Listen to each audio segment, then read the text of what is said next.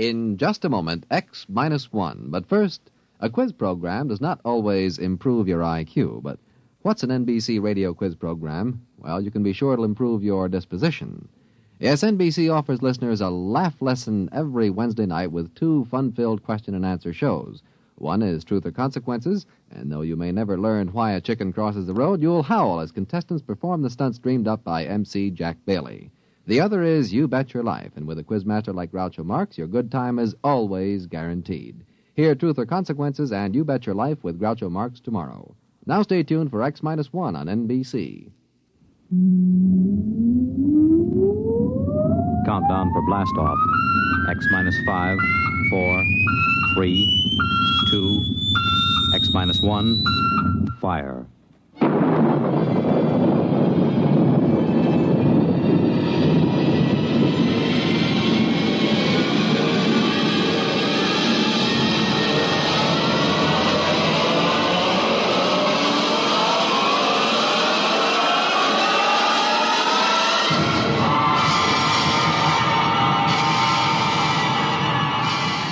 From the far horizons of the unknown come transcribed tales of new dimensions in time and space. These are stories of the future, adventures in which you'll live in a million, could be years, on 1,000 maybe worlds. The National Broadcasting Company, in cooperation with Galaxies Science Fiction Magazine, presents X minus 1.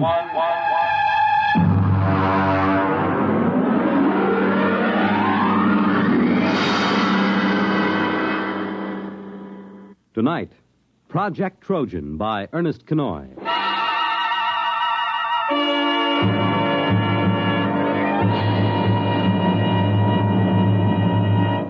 Most of the greatest contributions and biggest messes in history have been made by two kinds of brains, the devious and the literal. We quote from the monthly column written for Galaxy by its editor, H.L. Gold.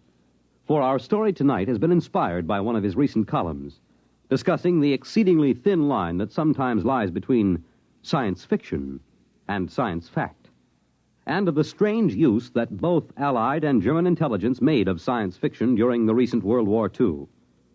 Our report, of course, is entirely fictional, but similar schemes are known to have been attempted by both sides. And now, here is Project Trojan.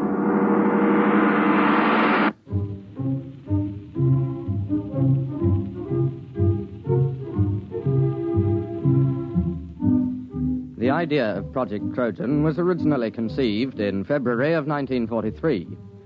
The Intelligence Plans Commission, an adjunct to Joint Army and Naval Intelligence, was under the command of Colonel Sir Harold Bostwick.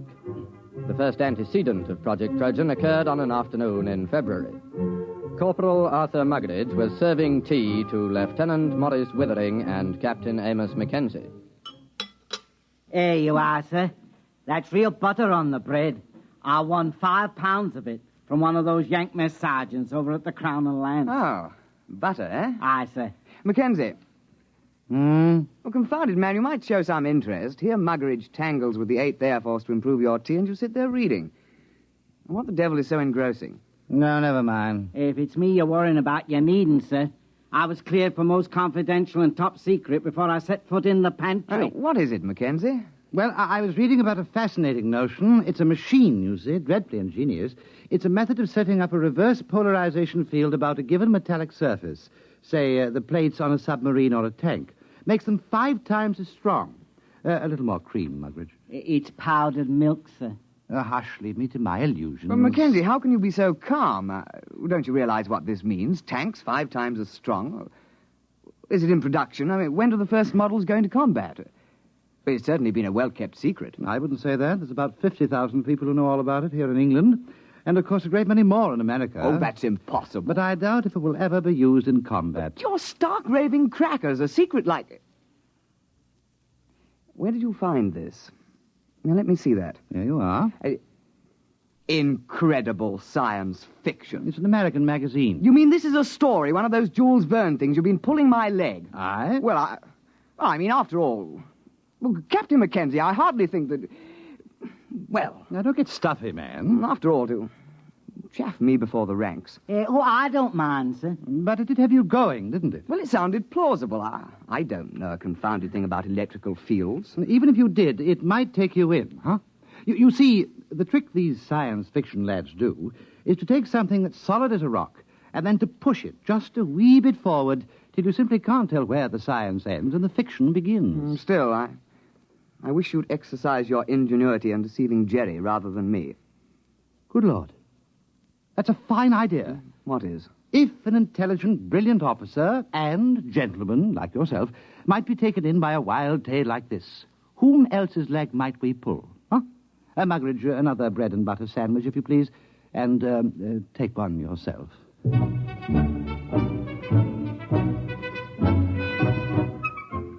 Lieutenant Withering and Captain Mackenzie worked out preliminary plans for Project Trojan and presented them at an appropriate time to Colonel Sir Harold Bostwick. Well, sit down, Withering, Mackenzie. Oh, thank you, sir. We had breakfast. I understand Corporal Muggeridge has been playing darts with the Yanks again. There are fresh eggs for breakfast. We've had breakfast, sir. Oh, well, then. We have a plan, sir. Oh, capital. You remember, sir, our intelligence reports indicated a concentration of German research scientists working near Hanau. Certainly, I recall. They've got the whole lot of them inside a mountain. We tried bombing. I doubt if they even noticed. They're supplying the basic research for the German guided missile program. Yes, we know that. The reaction motor for the V1s came out of the Hanau lab. Oh, Muggeridge! You see, sir, if a considerable number of those research scientists were diverted to another project, the rocket program would be crippled. Yes, well, of course it would. What are you going to do? Advertise in the Times and offer them higher wages? Aye, sir. Oh, Muggeridge, this coffee. No, sir. Next time you go to the Crown and Lance, keep coffee in mind, will you? Aye, sir. Only the Yanks are getting fair dives at darts. It was touch and go with the eggs. Oh, we can only expect you to do your best. I'll try, sir. Well, now, come to the point, gentlemen. Suppose the Germans got hold of one of our top new development weapons. Something so completely overwhelming that they'd have to pull almost every man off rockets to work on it. Now, look here, Mackenzie. Those Jerry scientists are not exactly playing about with small boys' chemistry sets. They're a cut above our own chaps in several fields. What makes you think you could plant something on them? Science fiction, sir. I beg your pardon? You see this magazine? Yes, incredible science fiction. What's that chasing that girl there? That's a Martian, sir. You can tell by his tentacles. Mackenzie, are you stringing this along preliminary to applying for compassionate leave on the grounds that you're overworked? No, sir. It's a good plan. We invent a weapon that might exist but doesn't. And we leave it lying about where the Germans can snaffle it. And then they take most of the scientist fellows off the rocket program to work on our weapon. And that's the most preposterous nonsense I've ever heard. But, sir... I don't want to hear anything more about it. Yes, sir. I suppose she was right. Who was right? This Wren. I met her going up to London. Rather proper little type till you got to know her. But then she's rather a firebrand. Captain Mackenzie, please spare us the sordid details of your off-duty peculations. Sorry, sir. You see, she's the secretary to Admiral Sir Alan Grummins. They're talking of dropping this unit. They feel that other intelligence groups are quite competent to handle the routine, unimaginative work that we've been doing. Oh, I see. Of course, they'd reassign personnel. Would you say this science fiction scheme of yours was imaginative? Oh, it's practically visionary. Well, suppose you do some preliminary work. Thank you, sir. Routine, eh? Unimaginative, eh? Bah!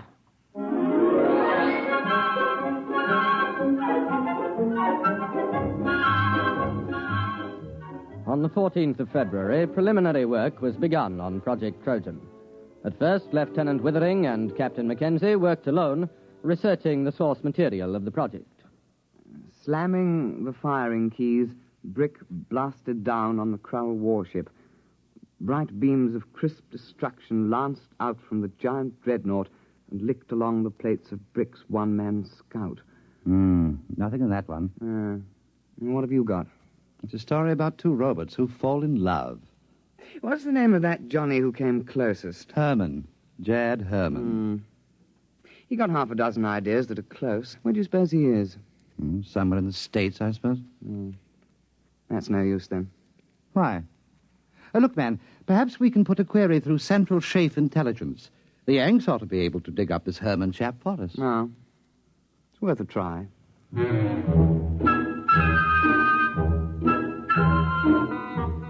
It took 7 days for a report to reach IPC that one Jacob David Herman, a private first class in the American Air Force, was based on a field north of Cheltenham in the Gloucestershire area. Lieutenant Withering and Captain Mackenzie requisitioned transport and visited Herman at his place of duty. You don't mind if I go ahead with my job, do you? I gotta have this place ready for inspection by 1300. Go right ahead. Hand me the cleaning powder, will you, please? Yes, very well. Say, what do they put in porcelain in England? You break your arm trying to get it clean. Private Herman, you are Jad Herman, writer? Yeah, that's a pen name, Jad. I use it for SF stuff. I used to write for the Confessions under the name of Cynthia Herman. I remember one article. I was saved by the YWCA from a life of shame. We're interested in your science fiction articles at the moment. Oh, yeah? Well, I know we had some sci-fi fans in England. Well, we're not exactly sci-fi fans. We're from... anybody else here? Well, look for yourself. There's no hiding place down here. Well, we're from Intelligence Plans Commission. Uh-huh. We need your assistance, Mr. Herman. No kidding. Yes, we have a project that calls for your particular talents. You got a latrine needs cleaning? We're quite serious, Mr. Herman. Will you kindly pack your things and be ready to come with us within 1 hour? Oh, I'm sorry, gentlemen. I couldn't possibly leave until after inspection. I've got too much of myself invested in this latrine. But after that, I'm at your service.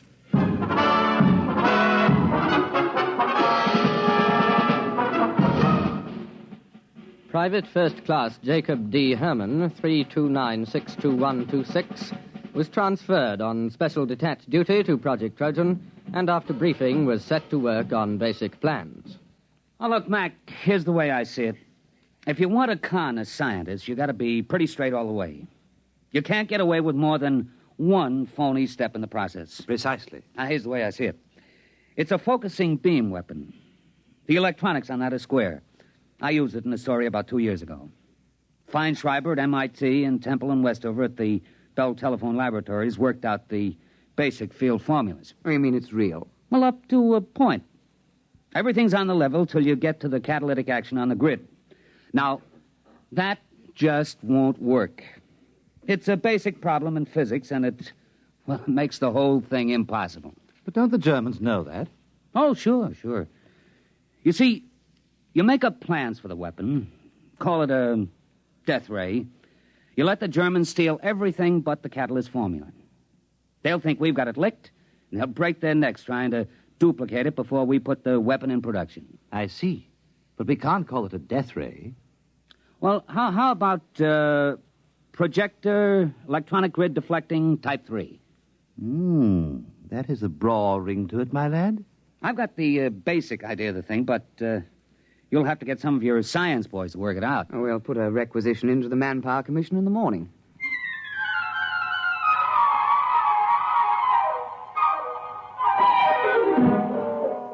Doctors Montague, Felder, Harrison, Seisenby, and Pilsudski were assigned to Project Trojan, and under the direction of Private First Class Jacobs, complete specifications and plans for projector electronic grid deflecting Type 3 were drawn up.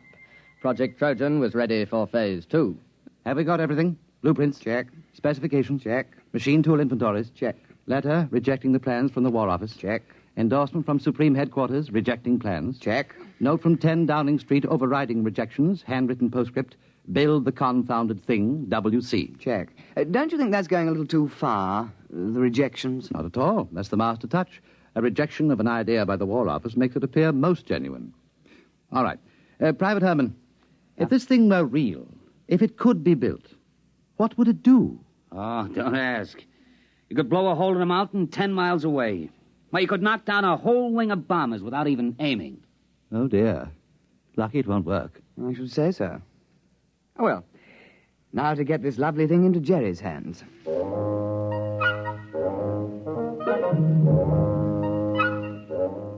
Phase 3 of Project Trojan was commenced on the 15th of March, 1943. Central Counterintelligence Agency had discovered the infiltration of a German agent, a Belfast Irishman named Gogarty, into the blueprint division of Clark and Porchester, a printing firm doing some subcontract work for the Air Ministry. Gogarty, the German agent, presumably microfilmed the plans because shortly thereafter he received word that his sister, living in the Irish Free State, was to be married to a bus conductor. British agents attending the wedding disguised as farm labourers lost track of Gogarty for several hours due to circumstances beyond their control. Then we have no way of knowing whether Gogarty delivered her Project Trojan plans. Well, sir, there was a submarine sighted a day before off the coast. It's likely he made contact. Well, keep me informed. That's all we need now, another disaster. Did something else go wrong? You're jolly well right. Muggeridge has been playing darts with the Yanks again. Oh? What have we got this time? Butter or beefsteak? Nothing. The blight has lost my whole month's whiskey ration.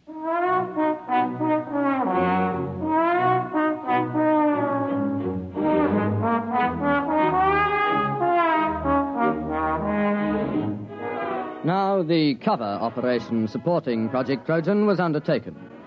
A battalion of the Royal Engineers was detailed to practice at secret installations with wooden mock-ups of the projector.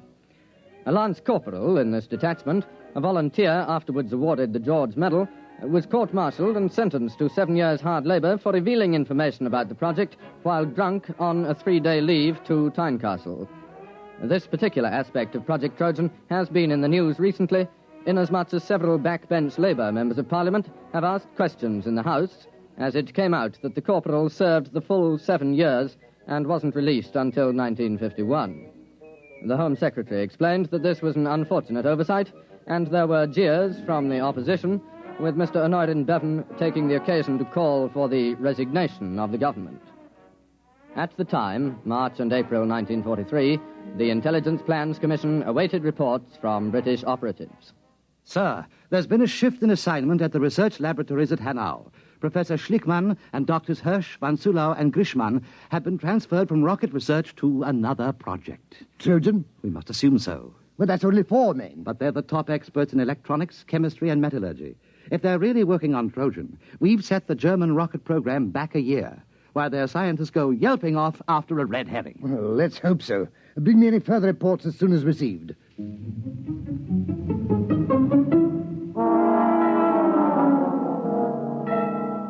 British intelligence reports, filtering back through occupied Norway and neutral Sweden, continued to indicate the success of Project Trojan.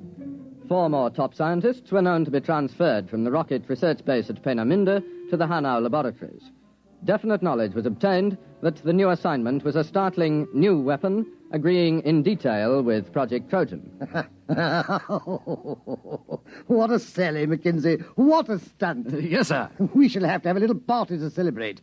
We'll have that Herman chap in for a drink. I've been sending Muggeridge off to play darts with some of the Free French over at Germain Manor. He ought to be back soon with the champagne.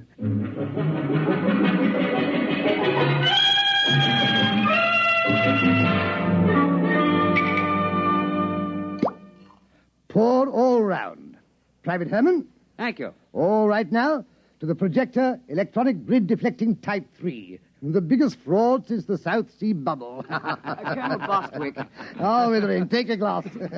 We're just drinking to Trojan. Well, I think I'd rather not, sir. Well, what do you mean? There's a dispatch from Germany. What about it? A section of the mountain overlooking Hanau has disappeared. What? It's true. It was on the reconnaissance maps yesterday, and it was gone this morning. A 10-mile slice of mountain. That's impossible. Oh, it isn't. It works. Trojan works. But it can't. There's no catalyst. It's impossible. All our scientists said so. Well, I guess they were wrong. It works. They must have found the catalyst. I suppose we should have foreseen that. All those scientists working on it. They must have built the model and tried it out. It won't take them more than 3 months to put it into production. Well, there goes the war. Muggeridge, Aye, sir. fill the glasses up again.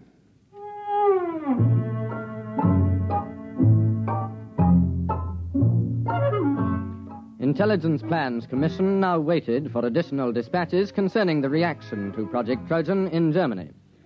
It was decided as a matter of policy to confine knowledge of these latest developments to the personnel of the project. Anything new, Mackenzie? No, sir, except that aerial reconnaissance confirms the damage to the mountain at Hanau. It's not quite as extensive as the first dispatch, but it is a bit of a hole. Oh, what do they think caused it? The Air Ministry seems to feel that an ammunition dump must have blown up. Couldn't that be it? I'm afraid not, sir. We have an intelligence report about several captured British and American tanks being brought to Hanau for testing. They were spotted the next day, completely destroyed. Trojan? Trojan. There's been an alert at factories producing parts for V1 and V2 rockets to prepare for retooling. They're going to make the projector? It would seem so, sir. Well, I suppose I'd better go up to London tomorrow and make a clean breast of it. I'm afraid so, sir. Well, that's the end. Seems rather unsporting, doesn't it? Just handing the war over to them. I hate to think what the War Office will say. Not to mention the Prime Minister.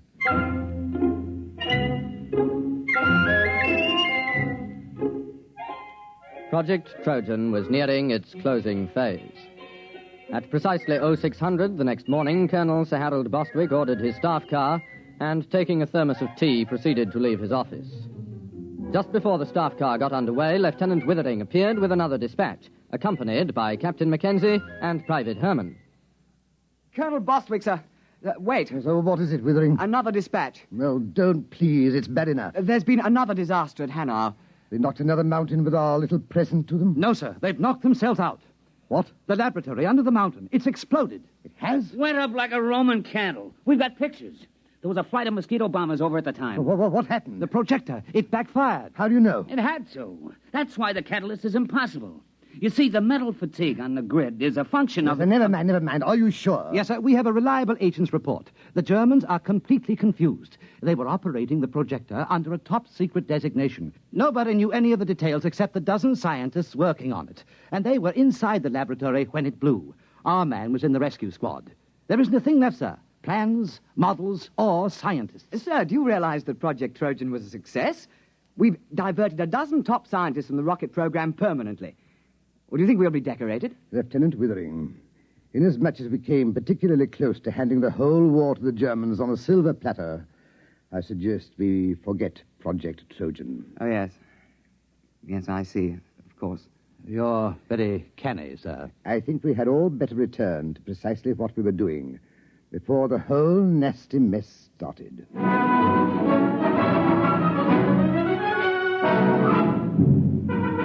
The final phase of Project Trojan was completed on the 22nd of March, 1943. The file, through some inadvertent error, was lost before the Intelligence Plans Commission had a chance to report to the War Office. All personnel returned to their previous assignment. All right. No splashing on the floor. I gotta get this latrine ready for inspection by 1300. You have just heard X-1, presented by the National Broadcasting Company in cooperation with Galaxy Science Fiction Magazine, which this month features the William Tenn novelette Time in Advance, the story of a man who made a strange bargain and endured the worst the galaxy had to offer, so that someday he could make the Earth sweat. Galaxy Magazine, on your newsstand today. Tonight, by transcription, X-1 has brought you Project Trojan, an original story by Ernest Kenoy based on an idea contained in an editorial in Galaxy written by H.L. Gold. Featured in the cast were Burford Hampton, Alastair Duncan, Ivor Francis, Alfred Shirley, Bill Quinn, and your narrator was Alfred Hislop. Your announcer, Fred Collins. X-1 was directed by Daniel Sutter and is an NBC Radio Network production.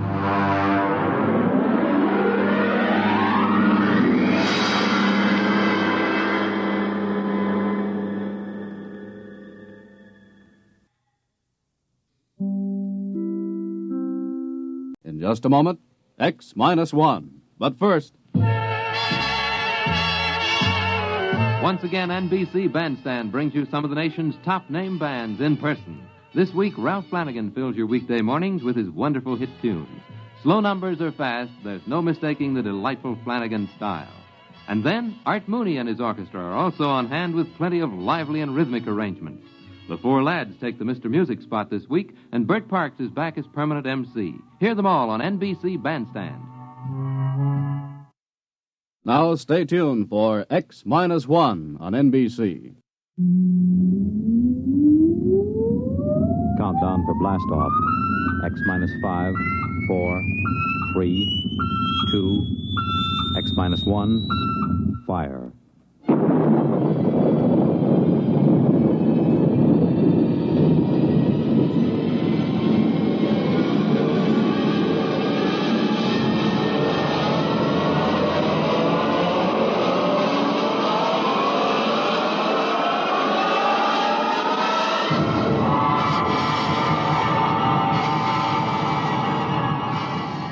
From the far horizons of the unknown come transcribed tales of new dimensions in time and space. These are stories of the future, adventures in which you'll live in 1,000,000, could be years, on 1,000 maybe worlds. The National Broadcasting Company, in cooperation with Galaxies Science Fiction Magazine, presents X minus 1.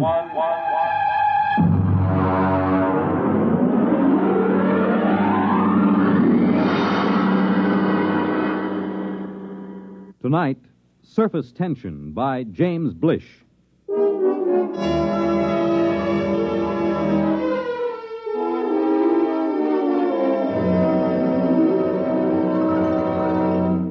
Come in, Professor. Come in. Mr. President, do sit down. I'm terribly sorry to have kept you waiting. Time has very little significance, sir. Well, now, what is the urgent nature of your visit? Mr. President, for some time now at the Nuclear Institute, a group of us have been making a study of a new star which has entered our constellation. Yes, the military advised me there was some disturbance. We've completed our calculations, sir. And? Before I give you our results, let me tell you that we've been in touch with the Scientific Council of the Asian Confederation. They've verified the results. I'm waiting, Professor. Mr. President, the effect of this new star in our galaxy will be extremely catastrophic. At the rate it's expanding, it will cause the sun to explode. The what? The sun is going to explode. But, well, that means... Exactly. The world will end in precisely 2 weeks and 7 hours. This is incredible. Were you absolutely certain of these calculations? Absolutely. Does anyone know of this? Well, as soon as we guessed where our study was leading us, we classified all information. The actual final results are known only to a small group of scientists here and in the Asian Confederation. 2 weeks. And 7 hours. That would be September 4th, 2056. At approximately 12 noon. Is there anything to be done? Nothing. No, the other planets, Mars, Venus... All will be destroyed. The universe as we know it will disintegrate. And the race? Will vanish. It's impossible. Those are the facts, Mr. President. How you choose to make them public, if you do choose to make them public, is a matter of government. Yes, of course. Has the president of the Asian Confederation been notified? He's being notified at this moment. I intend to take the following steps, Professor.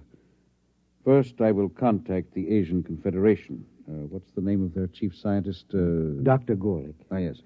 I'll propose that you and Dr. Gorlick be given every resource to find a method of preserving the race. You'll be flown to their laboratories by rocket ship in an hour. I would like to spend these remaining days with my family. Your family can accompany you. They'll ask questions. They should know better by now. You will not release the information to the public. I would prefer to keep it a complete secret, provided the Asians agree, of course. A public announcement would only create utter panic and chaos. I assume it will happen instantaneously? Yes, instantaneously. Then secrecy is best. One thing, Mr. President. Yes? I wonder if perhaps religious leaders should be told. Professor, I believe in the power of God myself. I also believe that my single prayer can be heard by the Almighty just as well as if there were 10 million. There will at least be 2 of us, Mr. President. I, too, will pray.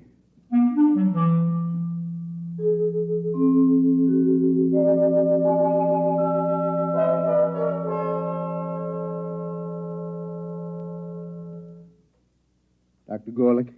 Professor, how nice to meet you again. Do sit down, sit down. Thank you. Quite a problem, eh? It's quite a problem. If the rest of the world knew what we too know. I feel they should be informed, nevertheless.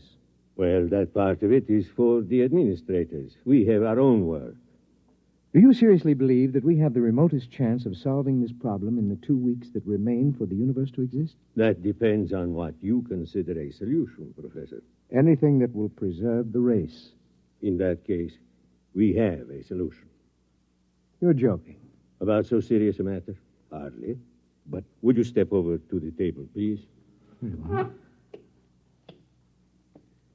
Now, if you will be so good look into that eyepiece in front of you while I focus it. Will you tell me, please, what you see there?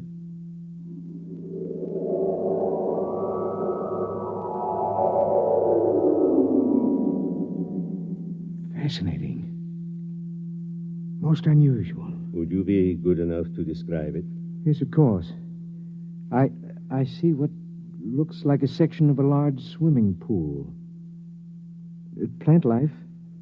Very tiny, and some kind of animal life, almost molecular in size. Good. Now let me change the magnification. Possible. Go on, please. Describe. What? I see what looks like dogs, cats, a cow. All evidently swimming underwater in this medium. Wait.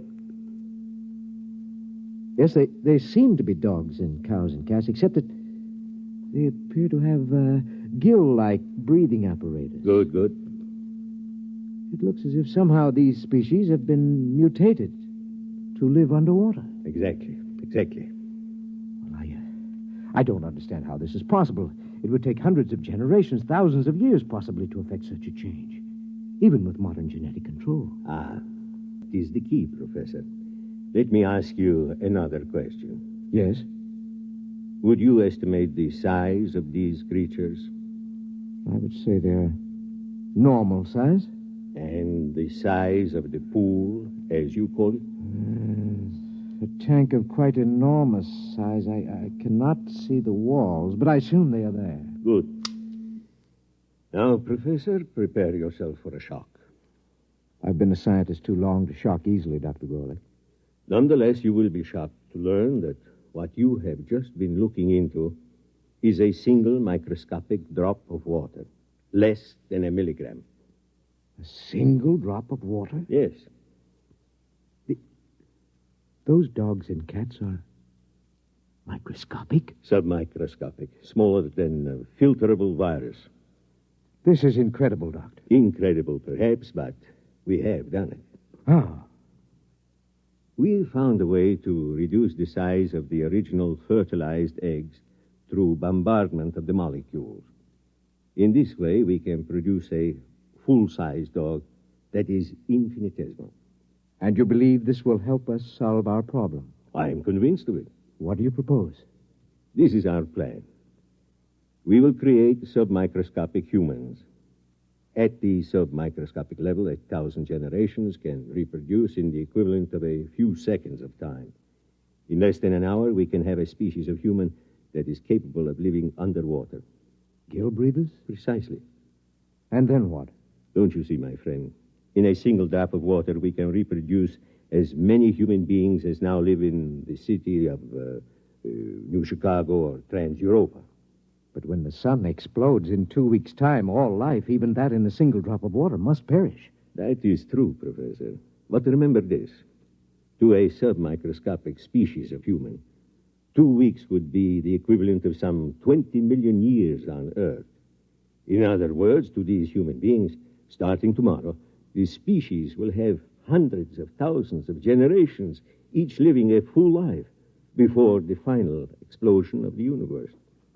It's almost like playing God.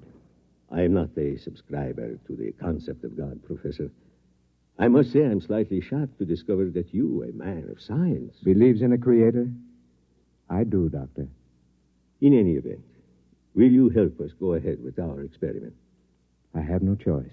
Good. We'll begin tonight to produce the first species.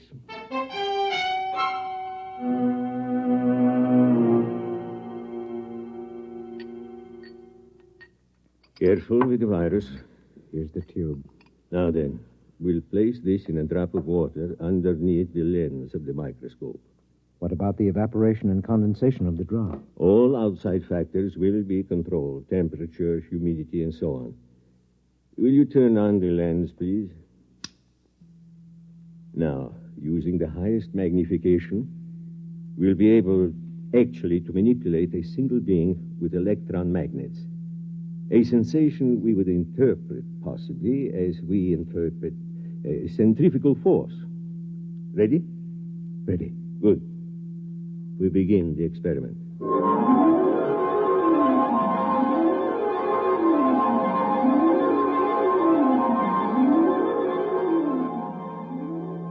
Time? 1900 hours, 56 minutes, 3 seconds. Coming up on point 4, 3, 2, 1, 0. Observation. The first fertilized ovum, reduced to submicroscopic size, has begun to develop. Time? 1956, 20 seconds. Coming up on 2, 1, 0. 4 submicroscopic human beings have been reproduced. 2 appear to be males, 2 females. Time? 1956, 24. Observation. 10 generations of submicroscopic humans have been reproduced. Webbed toes and fingers and elementary gill modifications have begun in response to submersion of species in highly oxygenated vapor. Time? 1956, 45. 100 generations have reproduced. Increased water in vapor has resulted in gill structure, species now ready for total submersion in a droplet of water. Turn on the electron magnet. Now for the crucial part of the experiment. Total submersion. Finish or die, I feel like a murderer. The prolongation of the human race is at stake. It's a calculated risk. Still. Steady. I am about to effect the transfer. Steady. Now. Done. Look in the microscope, quickly. I can't find them. Let me. They're alive and swimming around. How many? Thousands. We've done it, Professor. Inside that drop of water, human beings like you and me, except for their gills, are already beginning to establish a civilization that will last for them millions of years. And for us? 2 weeks to observe and wonder, and then... Unless a miracle should occur. Let us begin now. Time, please. 1900 hours, 56 minutes, 49 seconds, 3, 2, 1, 0. Observation. The equivalent of 1 million years has already passed inside our droplet of water. Human life is firmly established.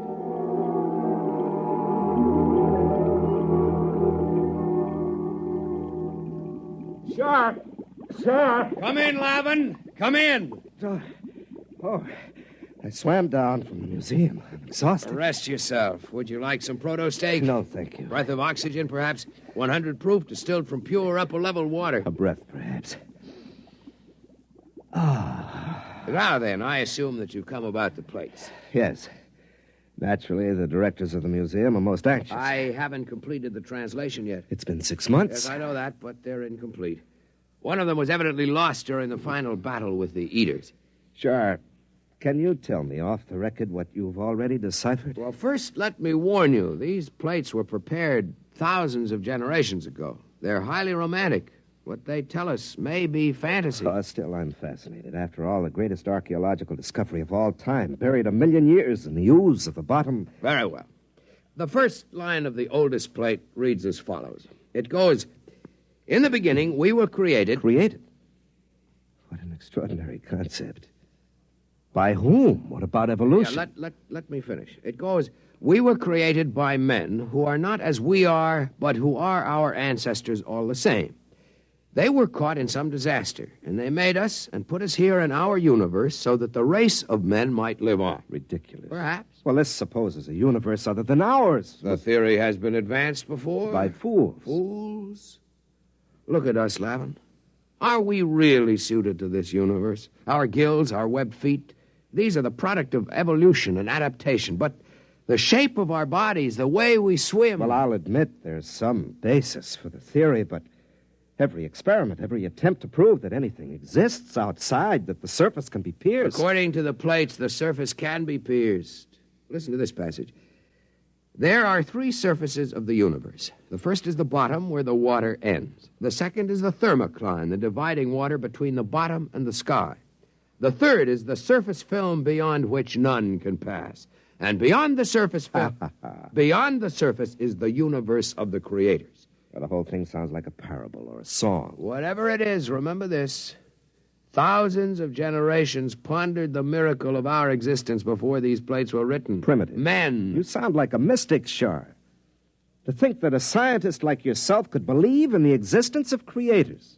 Nonetheless, creators who were formed in our own image. Or we in theirs. I'm shocked, truly. I intend to complete the translation of the plates.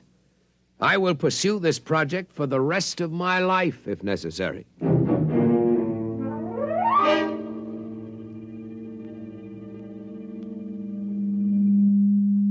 Time, Professor? Second day, 14 hours, 6 minutes, 10 seconds. Observation. The plates which were inscribed with microscopic data by an earlier generation have evidently been removed by a subsequent generation. Our study shows that a highly developed civilization is now living in the drop of water. Certain water organisms have been domesticated and underwater ships have been developed.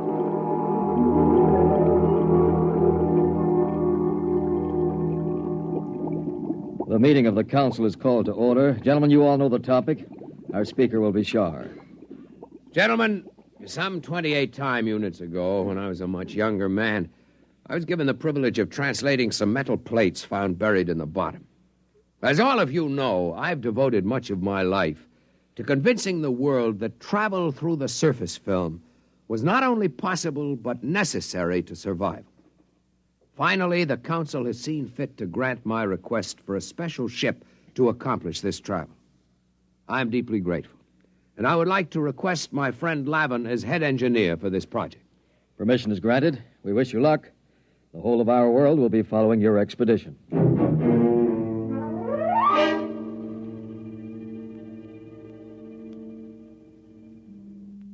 What's happening, Dr. Gorlick? From what I can detect, the Guild Breeders are preparing for the equivalent of space travel. A large cylindrical ship is being built. What method of power are they using? I can barely detect it through the microscope, but my guess would be that they will use some form of living creatures to power the vessel.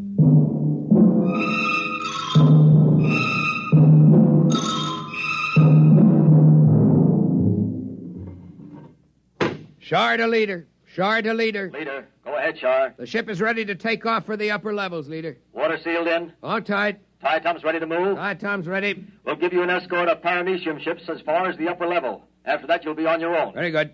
Whenever you give the signal, Captain, Lavin can order the diatoms to proceed. The Sandbar is clear for the initial climb.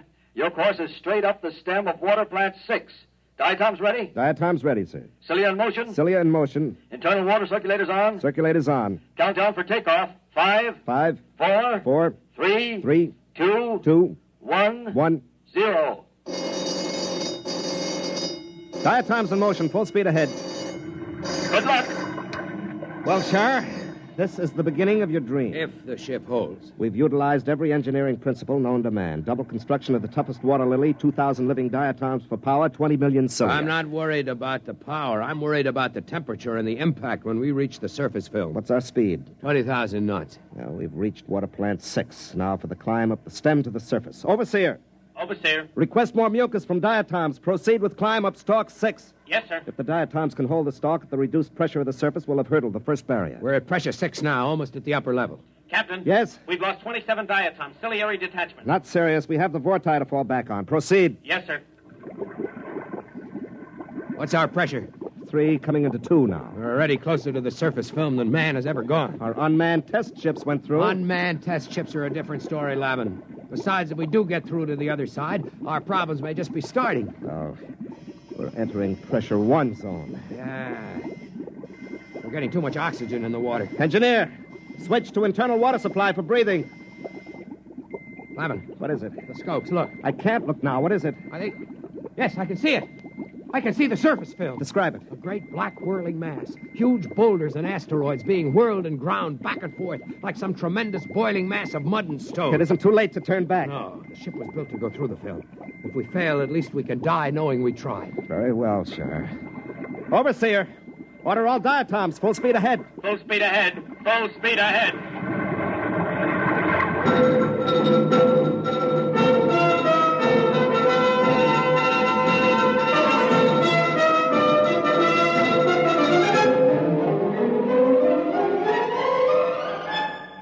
We're in the film, Shar. Pressure on the ship is increasing. Overseer, more oxygen for the diatoms. Captain, the diatoms are dying. More oxygen. Keep moving. We're almost through. Shar, use the auxiliary vorti. Maybe the motion of their cilia and the thrust of the water. Overseer, bring up the vorti. Full speed ahead. We're moving. We're making headway. Oh, if the ship will only hold together. Shar, we're through. We're on the surface. Open the viewing port. It's blinding. Put on your eye shield. Look, Shar. Like a huge sheet of metal stretching as far as the eye can see, with thousands of small streams and great rivers of water. Look above us, Lavin. Space. Space as far as one can see. And a single huge sun like a great eye looking down at us. Must be billions of miles above us. See those enormous boulders and that molten rock on the surface? The ancients did not lie when they made the plates, Lavin. The universe does exist beyond the surface. Yes, but where are your creators, Shar? Certainly, they were a romantic notion. I believe they exist, Lavin. Shar! Captain, the diatoms are dying. There's not enough oxygen in the water cases. What's the atmosphere like? Almost 30% oxygen, completely unbreathable. We'll have to try to get back into the surface film to restore life to the diatoms. Overseer, get the diatoms out of their shells. Full reverse speed down the stalk. We're going under again. Yes, sir. I'll try. We know one thing, Lavin. The surface can sustain life. Can't sustain ours much longer. Full reverse. It's no use, Captain. The diatoms are near death. Use the vorti. We haven't enough water, sir. They're starting to suffocate. We've got to get back beneath the surface. Lavin, we must think of what it means to mankind to know that the universe goes on, that it can sustain life. I don't know what to do, Shar. We're finished. There must be a way. A way? Why don't you pray to your creators now? Perhaps they'll help you. And as for me, I'm resigned to death. I cannot share your bitterness, Lavin. We have enough water for perhaps 2 minutes breathing, Shar. There are no miracles and no creators. You'd better prepare to die. I am as ready as you, Lavin. Captain, we're strangling. Well, Shar, why don't you pray to the creators? Better still, let me. I have a louder voice. Hey, creators! You all-powerful ones who made us, can you hear me? This is Captain Lavin of the first ship to breach the surface. We need your help. Can you hear me? We need your help. If there be creators, and I believe there are, then I ask that our presence be noted, and that we be delivered from this trial not for ourselves, but for the good of the race.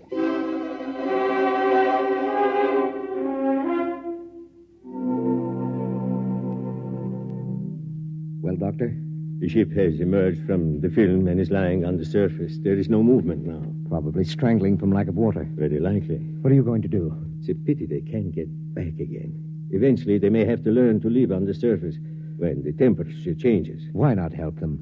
You've played God before. Why not, indeed? Switch on the electron magnet. Ready. Now then, if I can just breach the surface tension near them, they'll be sucked under again, as in a whirlpool. If they survive... You'd better hurry. Here goes. Can't live much longer, Shar. No. It's getting... What's that? I don't know. We're moving. Downward. Lavin, it's a vortex. A vortex is opening through the surface. One way or another, we'll die. The ship can't take the stress. We're dropping. Shar!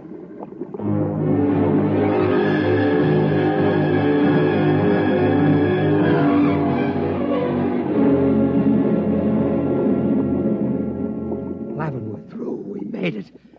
The water is circulating again. It's too much to believe, Shar. It's like... A miracle. Yes. It is a miracle.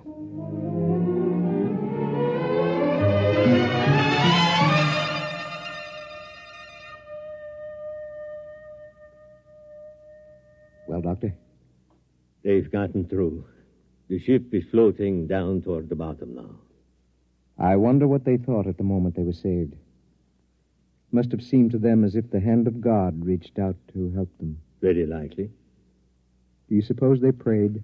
To whom would they pray? I don't know. Perhaps to us, to the creators. It is not inconceivable. If only the human race, as we know it, had creators who could reach down and save us from destruction. How do you know we don't? Professor, I'm a scientist. So am I, Doctor. Those submicroscopic humans can't see us because we're too big to see. A molecule of our flesh would be like a world to them. And yet, we exist.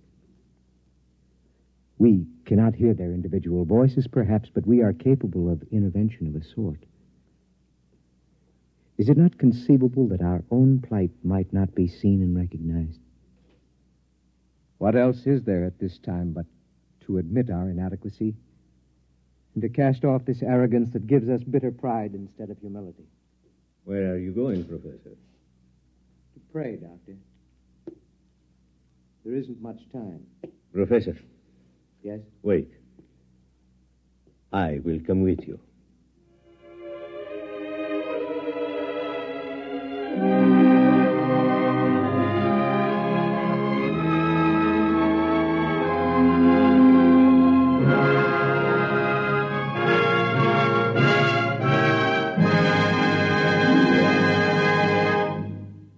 You have just heard X-1, presented by the National Broadcasting Company in cooperation with Galaxy Science Fiction Magazine, which this month features Jackpot by Clifford D. Simak. After years of searching, they had discovered the richest strike in the whole galaxy. But what in the name of space was it? Galaxy Magazine, on your newsstand today. Tonight, by transcription, X-1 has brought you Surface Tension, a story from the pages of Galaxy written by James Blish and adapted for radio by George Lefferts. Featured in the cast were Louis Van Rooten, Danny Acco, Lawson Zerby, Larry Haynes, Mason Adams, James Stevens, and Robert Hastings. Your announcer, Fred Collins. X-1 was directed by Scott Buckley and is an NBC Radio Network production.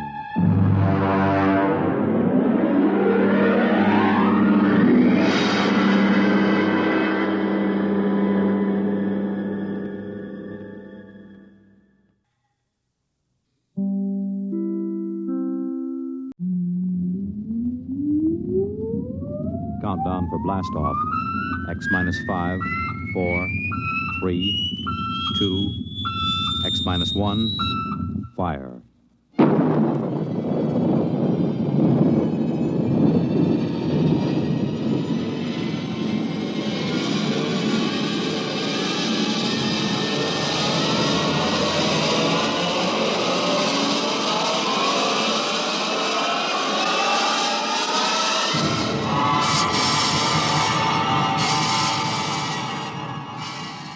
From the far horizons of the unknown come transcribed tales of new dimensions in time and space. These are stories of the future, adventures in which you'll live in a million, could be years, on 1,000 maybe worlds. The National Broadcasting Company, in cooperation with Galaxy Science Fiction Magazine, presents X minus 1.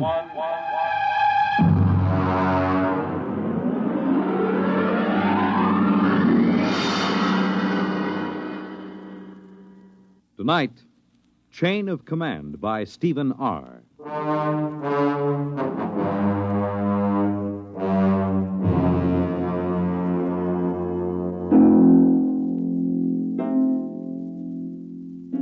This is about George. He's a friend of mine. Lives right here at the Brookside Atomic Laboratory with his family. My name is Charlie Boyle, by the way. I'm a security guard here at the lab. Been here now for, 20 years, I guess. Of course, they don't use the lab anymore. Lots of weeds and things, and, I stick around. There isn't really any place to go. Oh, well, I'm getting away from it after all. This is about George. Some of it I knew myself. A lot of it he told me after it was over. It began, it began the morning after George's wife lit into him. I think, George, the least you could do is complain. After all, are you a mouse or a man? Clara, what's the point of complaining? It'll just start trouble. We do live at the laboratory. We have some rights. The best thing we can do is just stay right where we are. But it's dangerous. There's nothing dangerous about it, just so long as we know what we're doing. I'm not thinking about us. I'm thinking about the children. The children know where they mustn't go. George, I will not go on like this without a moment's peace of mind. If you had the slightest concern for my welfare or for the children's, you'd really... All right. I'll go talk to old Charlie, the security guard. Why not talk directly to the superintendent? Because of the complications. Now, I promise you I'll explain the situation to Charlie. He knows me. I've talked to him for over a year now. And he hasn't the slightest influence. I'll impress the seriousness of the situation on him. All right, but do it now. I will. And be firm. I'll be as firm as I can.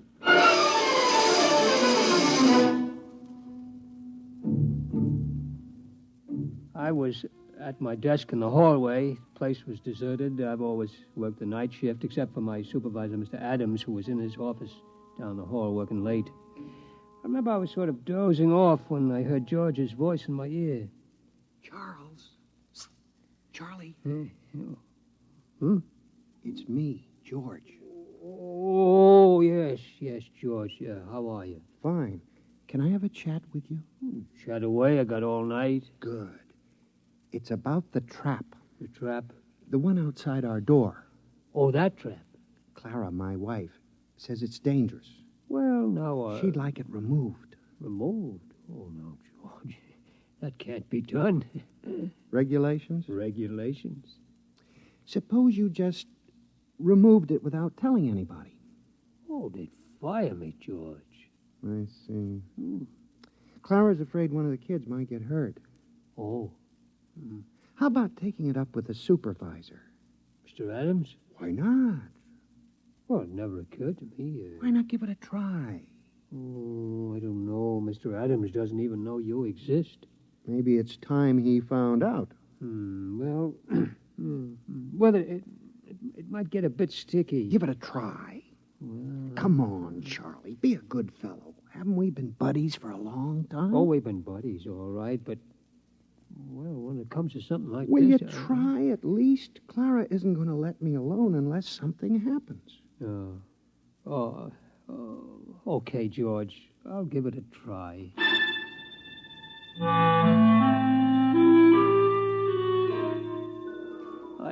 I straightened my tie and I brushed off my uniform real neat and I went into Mr. Adams' office. I could see the light under his door and I hear him on the phone, so I knew he was there. Edgar? Adams up at Brookside Lab. Uh-huh. How are things in Washington? No, nothing serious. Just want to have a fingerprint check on one of our scientists. Uh-huh. Yeah, number 7X4582. That's right. How's the missus? Good. Oh, excuse me a minute. There's somebody at the door. Come in. Oh, hello, Charlie. Mr. Edgar, can I call you back? Fine. Yeah, what is it, Charlie? Well, I'd like a word with you, Mr. Well, look, Adams. Charlie, I'm on the phone to Washington. Is it a security matter? Oh, in a way, Mr. Adams. Well? I don't know how to tell you, really. Well, just tell me. Well, sir, there's a mouse named George down in room 412 who doesn't want the trap outside his door. Well, that's just too... What? A mouse in room 412. He objects to the trap. Look, Charlie, I'm busy. Is this a joke or something? Oh, well, I guess maybe it is. I mean, I like a good joke as well as the next fella, Charlie, but, well, I mean, it's late and I got a lot of work to do. Do you mind? No, Mr. Adams. Yeah, well, that's fine. You just get back to your desk, huh? Okay, Mr. Adams. And, Charlie, yes, sir, yes. Next time one of the mice complains, tell him to come in here and speak to me himself. Yes, sir.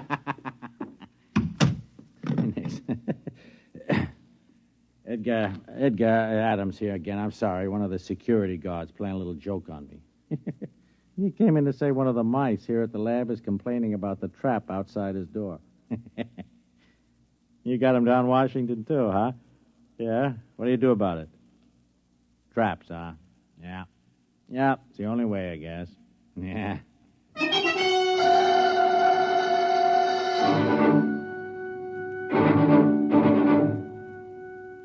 Well, I went back to my desk. George was there, waiting.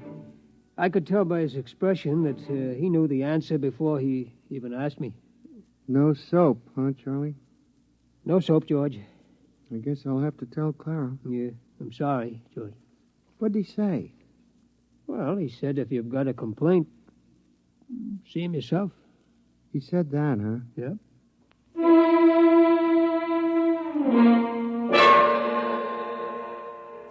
Of course, I didn't know what was going to happen. George didn't tell me till it was all over. I mean, really all over. And then it was too late for me to do anything. It turned out, though, that Clara, that's George's wife, told him that if he didn't go talk to Mr. Adams, she'd up and leave him. Yeah, leave him and the kids, too. So him and me, we went. And nothing negative on his record, eh, Edgar? Well, okay. Yeah, excuse me a minute. Come in. Oh, what is it this time? Excuse me, Mr. Adams.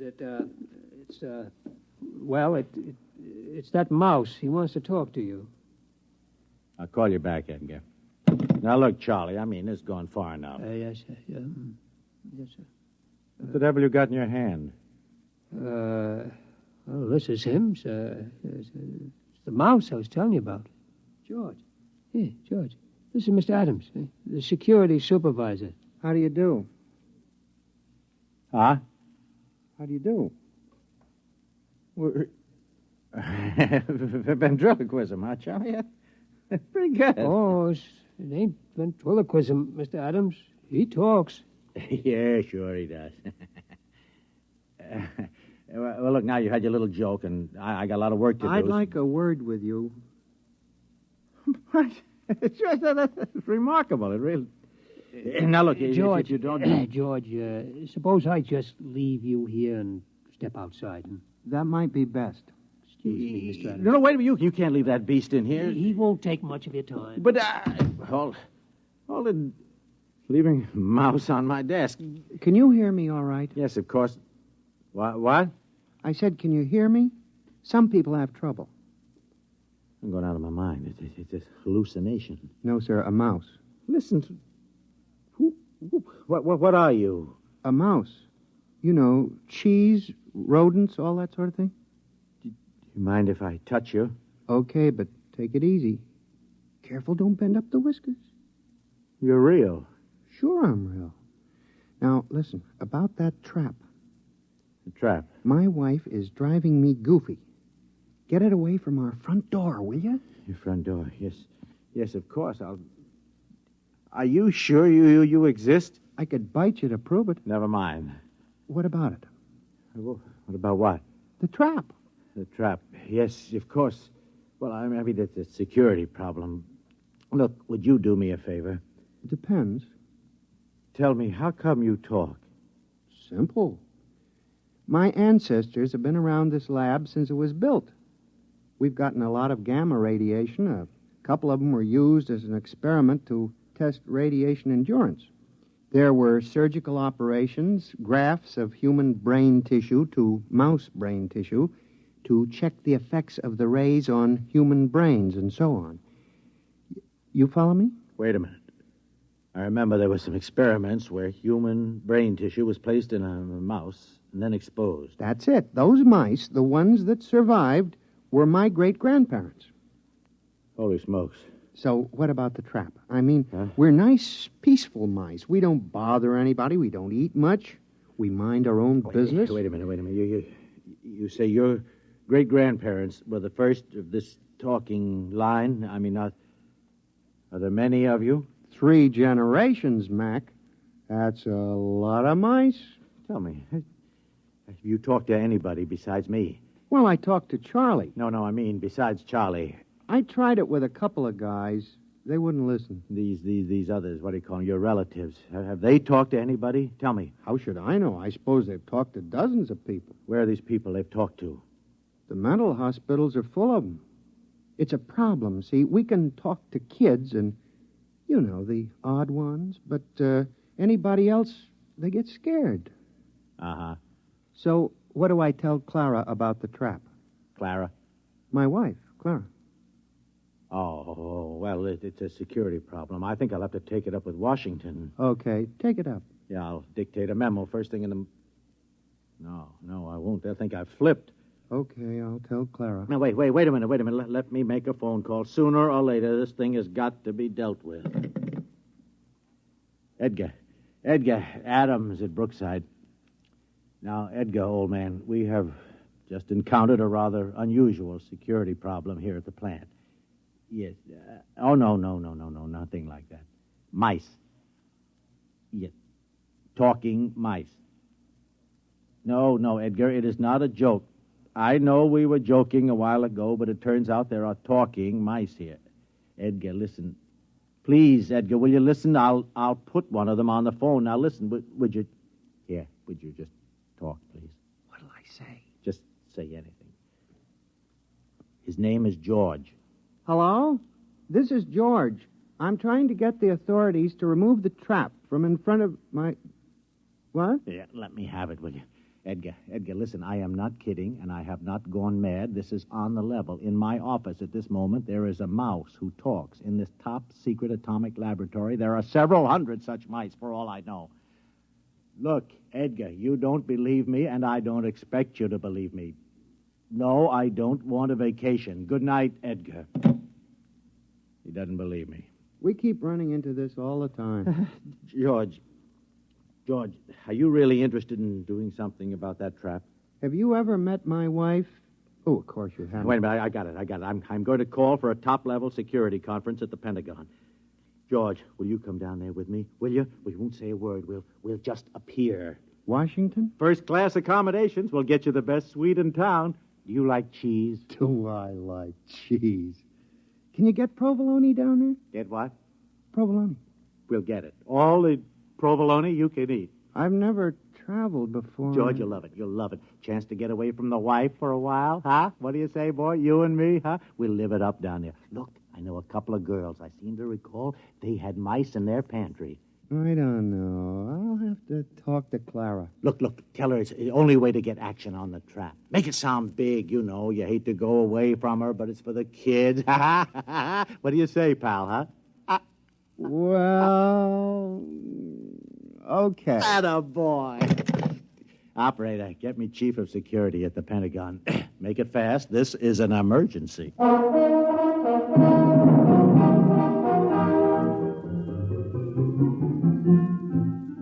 I wasn't there, but like I say, George told me all about it after it was over. Seems him and Mr. Adams went down to Washington on a morning plane. George got a little plane sick, but he liked flying pretty good anyway. They checked in at the Statler, then went over to the Pentagon. Order, gentlemen, order. As a chief, I hereby convene the meeting. It's been called as a Priority A emergency session by Mr. Adams, who, as you know, is security chief at our Brookville Atomic Laboratories. Mr. Adams? Yes, thank you, Chief. Now, gentlemen, it may come as a shock to all of you. It did to me. But I've learned that some 1,200 English-speaking individuals have been operating freely within our top-secret laboratories at Brookville without any security clearance whatsoever. You did say 1,200? Actually, sir, 1,207. Who are these people, sir? Mice, Chief. Mice? Yes, sir, mice. I have one of them here with me. Somewhere. George. Here. George. Oh, there you are. George, would you just mind stepping to the center of the table? Right. Gentlemen, this is George. How do you do? Well, this is most remarkable. George is the result of an experiment conducted some years ago in which bits of human brain tissue were grafted into live mice to test radiation effects. And there are 1,200 of these inside the lab? 1,207. Without security clearance? Without security clearance. Oh. Well. Sir, Mouse? Call me George. George? George, tell me what you know. My wife wants the trap removed from our front door. She thinks it's dangerous for the children. Has she been cleared? Quiet, General. Well, a major lapse of security. I'm like aware that. of the lapse, General. What about the trap? I refuse to countenance any act that will aid the entrance of more of these spies and saboteurs into the plant. Who's a spy? I'm a mouse. Tell me, have you overheard any conferences? Maybe a few. Seen any documents? My kids play in the secret document file. It's the safest place in the lab. Have you yourself ever seen any papers marked top secret? Seen them?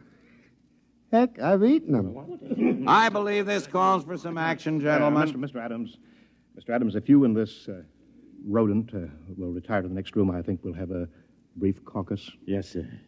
George. Okay. Yes, sir. See you later, gentlemen. Listen, what about the provolone? Never mind.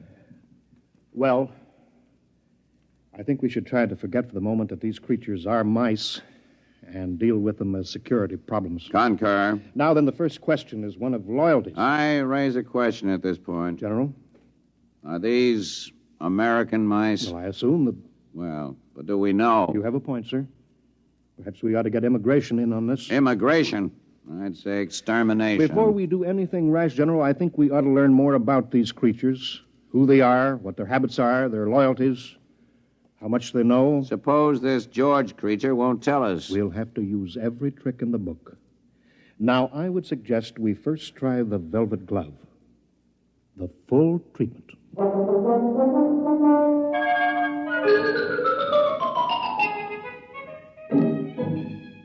George told me about the velvet glove later. He said he didn't really suspect anything at first, what with all the excitement of being in Washington and so on, but after a while he got wind of what they were doing. Room service. This is Mr. Adams in 712. Will you please send up a pound of provolone? Provolone, please. Cheese. Yes, and some more wine. Yes, fine. Right away, please. They'll have some more right away, George. Can't get enough of this stuff. Really delicious. George, have a little more wine. I don't mind if I do. This is the life, all right. It's a great town, isn't it, George? Stupendous. By the way, George, those documents you mentioned eating, do you remember what they said? Something about nuclear weapons. Listen, Adam, what about those girls you mentioned, the ones who had mice in their pantry? Oh, yes. How about giving them a call? Well, George, a little late, don't you think? Oh, the night's just beginning. All right, George, I'll give him a little call. 6. Yeah, if my memory serves. Hello, Gail. My memory serves. Bob Adams. Hi, just down on a quick business trip. How tricks, Gail? No, not a thing. By the way, did you still have mice? Mice. Yeah, but... You exterminated... Oh, I see. No, I don't think I'll have time this trip. I just wanted to call you up, say hello. Yeah, maybe next trip. Fine, my dear. So long. What'd she say?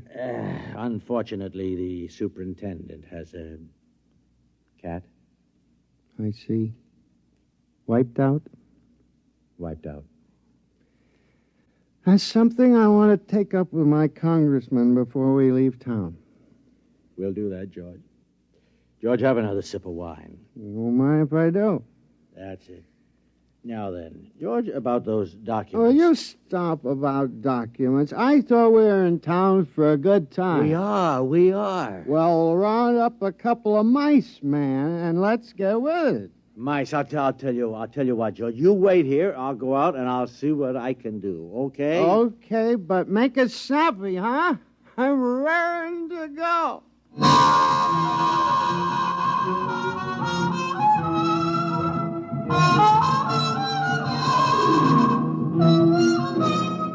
Next morning, Adams woke George and told him they were scheduled for another conference at the Pentagon. George, wake up, huh? Oh, what a head. Come on, George. We're due at the Pentagon. Easy. Don't talk so loud. Wow. Where did you get those white mice last night? Over at the National Research Lab. Ooh. They must have been feeding those girls wheat germ. All right, come on, George. Come on. You can sober up in the taxi. Come on.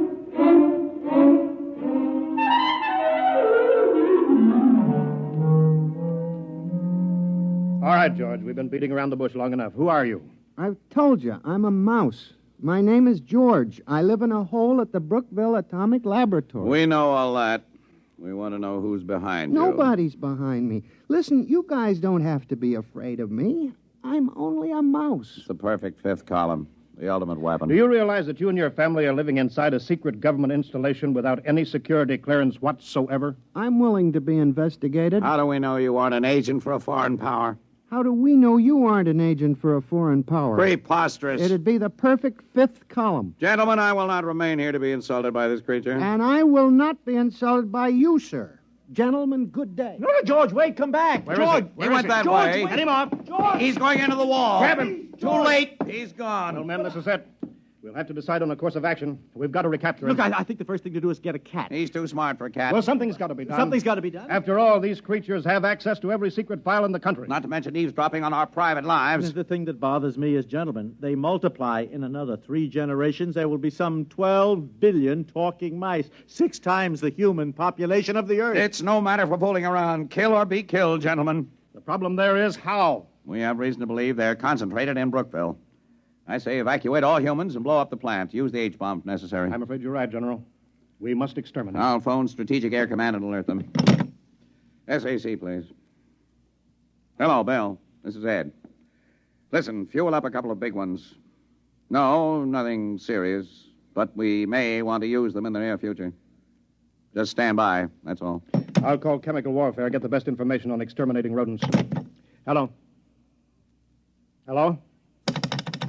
That's funny. It's gone dead. Hello? Hello?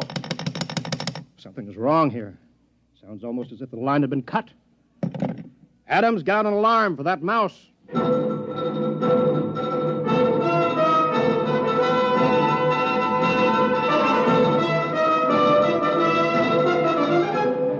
Well, that was only the beginning, of course. Things began to happen pretty fast right after that. You bet your sweet satchel they did. Well, Adams? Yeah, I've been talking to Edgar. The FBI has located several hundred field mice, all of them non-talking. No trace of a mouse corresponding to our description of George. I see. Team of Secret Servicemen been combing the Pentagon and the White House. We've got 1,500 traps baited with imported provolone in the Senate chambers alone. So far, no luck. And what about cats? The American feline fanciers have volunteered 100 Mausers. Oh, good. Any more telephone wires cut? I'm afraid so, Chief, yes. He managed to gnaw through the private wire from the president's suite to the Pentagon. Oh, I see. We'll get it spliced. What about the top-secret file on that new chemical warfare agent? Is there any trace of that? They found the file, but he managed to chew out the key symbols. I'm afraid it's useless. Well, keep tracking him down. Yes, Sooner sir. or later, we'll get him. Yes, sir. Only one thing, Well, sir. what's that? I hate to mention it, really. Well, go on, man. Well, sir, the damage has appeared in such widespread places recently. Well, go on.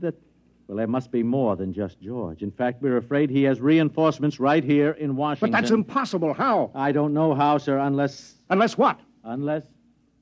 Well, it seems, sir, that there were a couple of female white mice from the National Research Lab. You mean? Yes, sir. I'm afraid so, sir.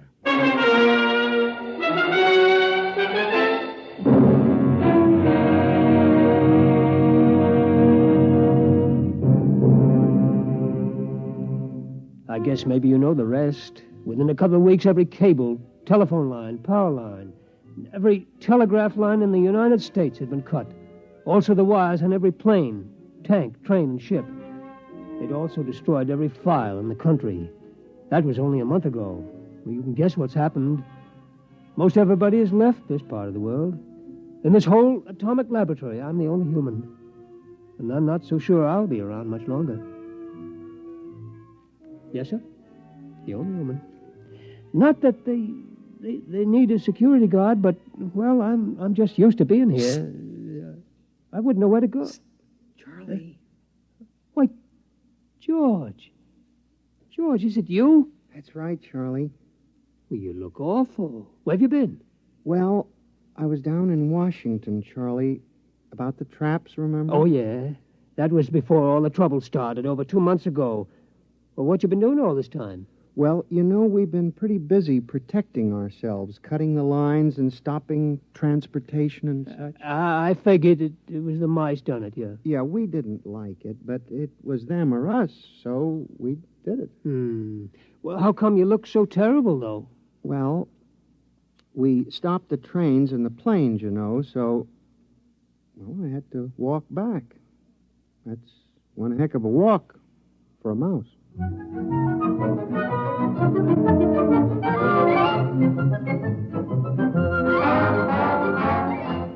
Like I said, this is about George.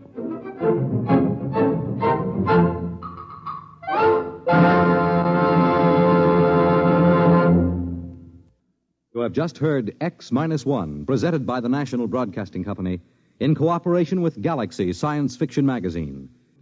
Your announcer, Fred Collins. X-1 was an NBC Radio Network production.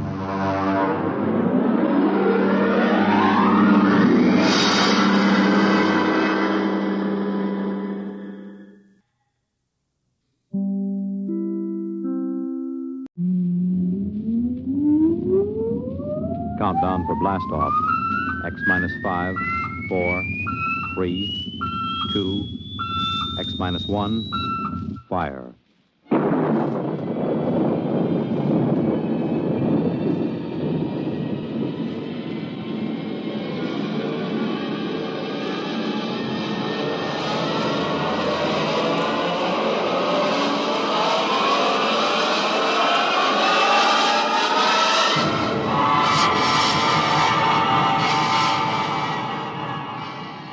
From the far horizons of the unknown come tales of new dimensions in time and space. These are stories of the future, adventures in which you'll live in a million, could be years, on 1,000 maybe worlds. The National Broadcasting Company, in cooperation with Galaxies Science Fiction Magazine, presents X minus 1.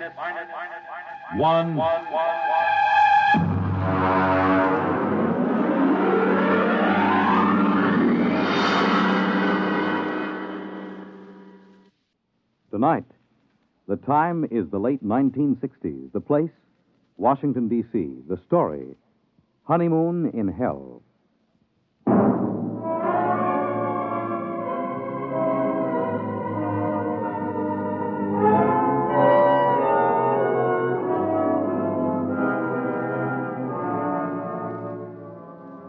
My name is Carmody. I'm a Grade 1 cybernetics man at Western Alliance headquarters in the Pentagon. Used to be a rocket pilot, but they retired me at 27 after I made the third successful flight to the moon. As a Grade 1 cybernetics operator, I get to work with Junior. Let me tell you about Junior. He was built in 1962, and he's the world's finest electronic brain, with the possible exception of Ivan, the Eastern Alliance brain, which was built on stolen plans and modeled after Junior. There are only 4 men in the country permitted in the same room with Junior because the data we feed him is so secret. One of those 4 is the president of the Western Alliance. The other 3 are myself, Charlie Mazer, and the chief. Ray? Oh, yes, Chief. Have you got Junior running a problem? Well, I just fed him the hourly data for probability of H-bomb war with the Eastern Alliance. He's ready. Hold it. According to the data just received, the probability of a hot war between the Western and the Eastern Alliance is 99.930 in favor of such a war breaking out within the next month. Doesn't sound good, Chief. Yeah. Well, I'll scramble the data, send it to the Joint Chiefs of Staff. Meanwhile, here's a Priority C civilian problem to run off. Oh, what's this stuff? Well, it seems on September 17th, a statistician in the Birth Record Department of New York City noticed that out of 813 births reported that day, 657 had been girls, and only 156 had been boys. Well, that sounds impossible. Well, that's what this statistician thought. So they phoned some other cities, and the same trend is being shown, not only in other American cities, but in Western Europe. Sunspots, maybe? That's for Junior to figure out. He's the brain here. Okay, I'll feed him. Give me the results on the intercom. I'll be in my office. Right.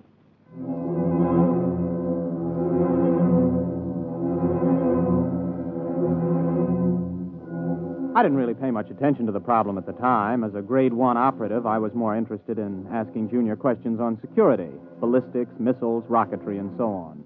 The Eastern Alliance would undoubtedly have traded 3 puppet governments and the tomb of Lenin to have an agent as a grade 1 operative. But I took the birth statistics and fed them in and waited. Junior, incidentally, responds to vocal stimuli. Speaks 12 languages. Got the answer, Junior? I have. Okay. The present statistics, if the trend is projected for another day, indicate a definite, dangerous imbalance. If the trend is irreversible, unless new methods of reproduction are developed, the population of the United States and Western Europe will die out in 1 1/2 generations.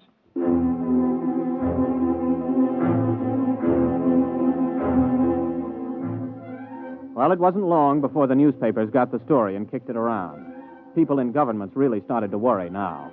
Biologists and laboratories made it their number 1 project. On September 29th, only 41 boys were born in the entire United States. During the month of October, in spite of all the work going on, not a single male child was born anywhere in the world, with the exception of 1 in outer Mongolia and 1 in Alaska. November drew another blank. I was working 18 hours a day, feeding every available scrap of data to Junior. Data insufficient for answer to your question. Well, here's the latest.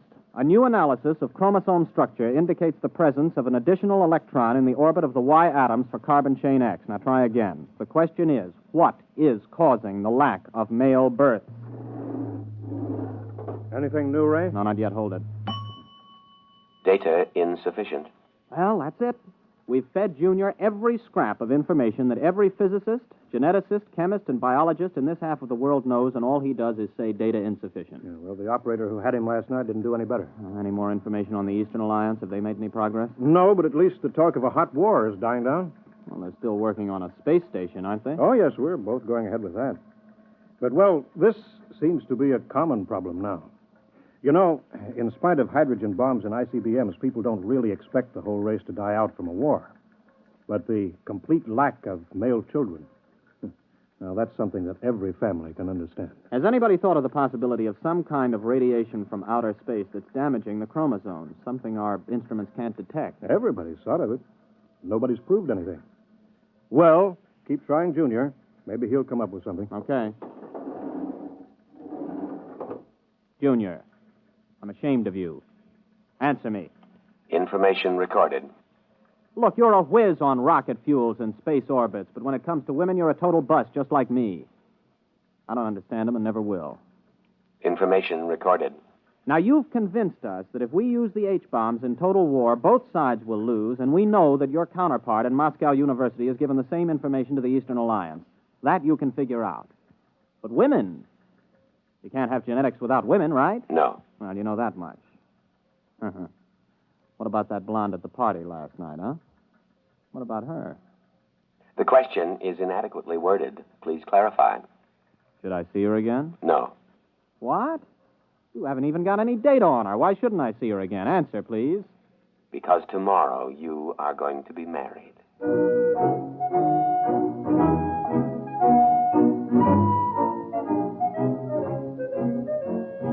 Well, I almost jumped out of my chair. Junior had gone stark, raving mad. Besides, Junior never made predictions unless he had some definite data. There wasn't a woman on Earth I had the slightest interest in marrying. I was a confirmed bachelor. So, unless somebody else had been feeding phony data into Junior, which was almost impossible since he already had enough data to check any flaw, well, I figured he'd blown a transistor. Come in. Oh, Chief, I was just going to tell you... Oh. Ray Carmody, this is the President of the Western Alliance. Captain Carmody, Mr. President. Glad to meet you, Captain. Oh, I'm very honored, sir. The President came here specifically to talk to you, Ray. To me? Captain Carmody, you have been chosen to have the opportunity to volunteer for a mission of extreme importance. Now, there's much danger, but not as much as on your previous trip to the moon. Previous trip, sir? Then this involves another? The flight to the moon, Captain, will be the least important part of your mission. What's at stake here is the survival of the human race. Chief, perhaps you'd better explain the rest. Mm-hmm. Well, you know the problem, Ray. Last night when Mitchell was on, we fed Junior some new data, and we asked some new questions. For example, we asked if the lack of male birth could be due to some extraterrestrial enemies of man. Well, Martians? Possibly. We established that it's possible that Martians have landed somewhere on Earth and set up radiation that causes all children to be females. Junior said it was possible? Definitely. So we asked him the next question. How could we correct such a situation? Mm-hmm. What did he say? Junior suggested that a married couple spend a honeymoon on the moon and see if circumstances are different. Oh, I see. You want me to pilot them there? Well, not exactly, Captain. Oh, good grief. You mean you want me to... Well, Junior wasn't crazy after all. You asked Junior? He said I was getting married, but... Well, how do you know it was me they'd pick? He was asked the qualifications for the bridegroom. He recommended a rocket pilot who had already made the trip successfully. Well, there are 4 other pilots who've made that trip. You're the only single one. And since the woman must be a qualified pilot also, and none of the wives are pilots, well... I assume I'm going to be married before we leave. Naturally. Oh. And, just how long do we stay on the moon? Until a child is conceived. Brother. Well, Captain, do you volunteer? I suppose so. Well, wait a minute. Who's the other pilot? I mean, the girl. She was flown in by fast rocket an hour ago and is waiting in Chief Reba's office. Now, shall we go?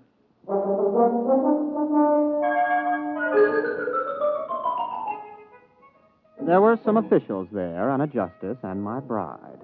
She was small, dark, slender, and very attractive. I was so busy looking at the way she filled out her uniform in just the right places that I almost overlooked the fact that she was dressed like an Eastern Alliance pilot. Captain Ray Carmody, may I present Lieutenant Anya Borisovna? You mean this is... an enemy pilot? Pleased to meet you, Captain. Yes, I'm pleased to meet you. Mr. President, Captain, this marriage is being done on an international basis for important diplomatic reasons.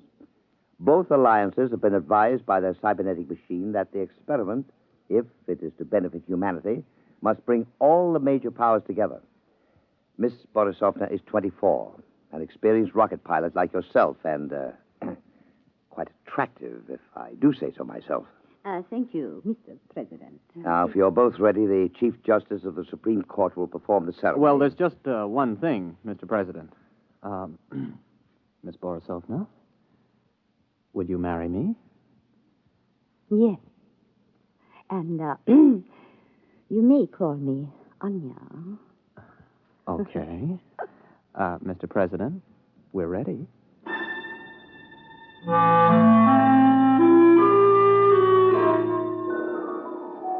I didn't even get a chance to kiss the bride. We were rushed over to the labs for a pre-flight physical. Then the chief took me aside for a private pre-flight briefing. Congratulations, Ray. Sit down. Thank you. Now, 0 hours at 10 o'clock. Only half an hour? We've known about this for several weeks now, Ray. Ship is ready. We've already fired 11 supply rockets and observed that they landed on the moon near where you're supposed to put down. One of them contains a heat-proof, airtight, collapsible shelter where you'll live. Uh-huh. Oh, what's the ship like? R-26, much better than the R-24 that you flew there. Last time, Ray, you took 4.5 Gs for 7 minutes. This time you'll get by with 3 Gs and have 12 minutes to accelerate to Brennschluss. Now, you'll have enough fuel for the trip there. One of the supply rockets has your return fuel. Oh, yes. We put in a case of scotch and a case of vodka, just as an icebreaker. Before we go, Chief, what would you have done if I'd turned this job down? The cybernetics machine predicted that you wouldn't. Besides, we could have had 100 volunteers an hour after seeing Anya Borisovna. That gal was moonbait. Careful. You're speaking of my wife.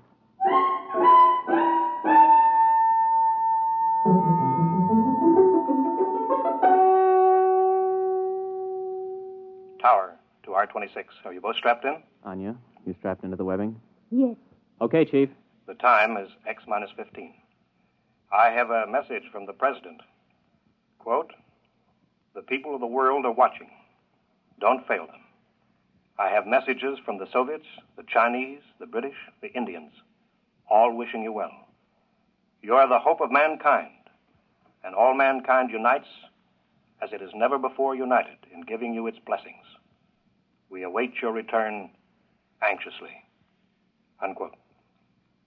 X minus 5, 4, 3, 2, X minus 1. Blast off.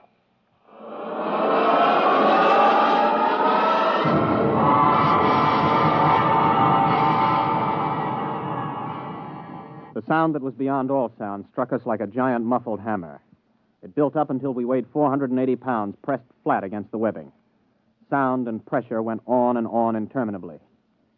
Then we reached Brenchless, free of the pull of Earth. I blacked out. When I came to, a lovely face was bent over mine, 2 dark eyes smiling at me. Are you all right, Ray? Oh, yeah. Are we weightless? Yes. I shut off the fuel. We won't need it until we land. Oh, thanks. If you would teach me, I could help you land the ship. Oh, I've never been to the moon. Well, sure. Just slide over here to the control panel. All right. Like this? Oh, that's fine. We've got about 4 hours Earth time to get acquainted. Have you known many women? A few. Have you had any boyfriends? 1 or 2. Well, I was never really serious about anybody. Oh. You have a family? Yes. In Magnitogorsk. Oh. I'm from Brooklyn. How long have you been a rocket pilot? Oh, since I was 18. I'm 27. I'm 24. I learned rockets when I was 18 also. Oh. Well, we better concentrate on the ship just now. Later on, we can talk about ourselves more. Meanwhile, though, I hope you're not sorry. I mean, about this business. I guess it isn't very romantic. I'm not sorry.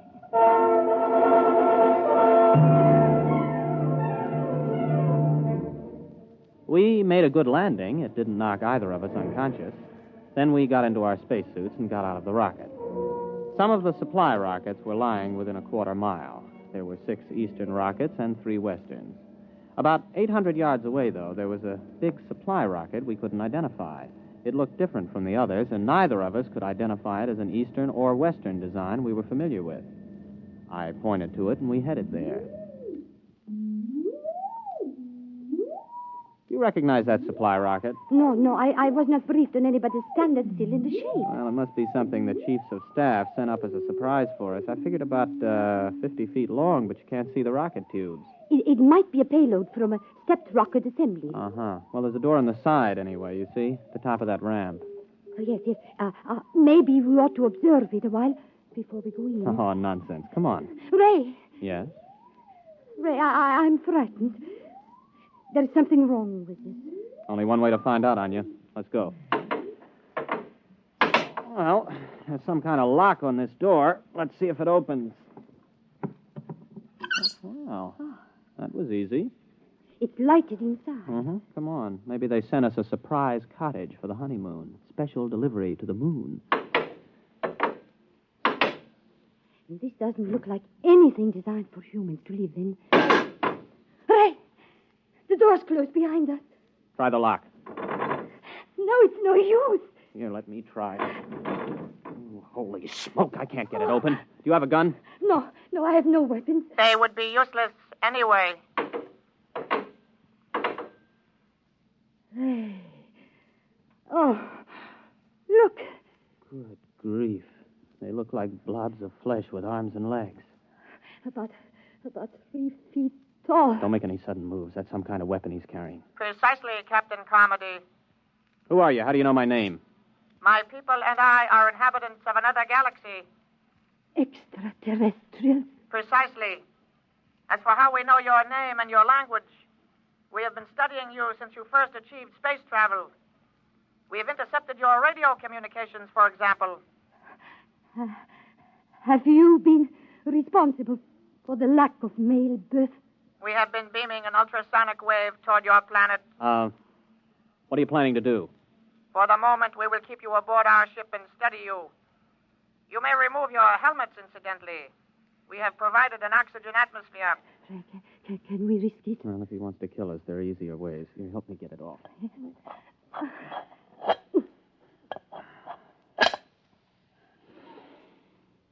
Well, it breathes pretty good. Keep your helmet with you. You may make yourselves comfortable. We will bring you food and liquid from your supply rockets. Do not attempt to escape, please. It could be most unpleasant.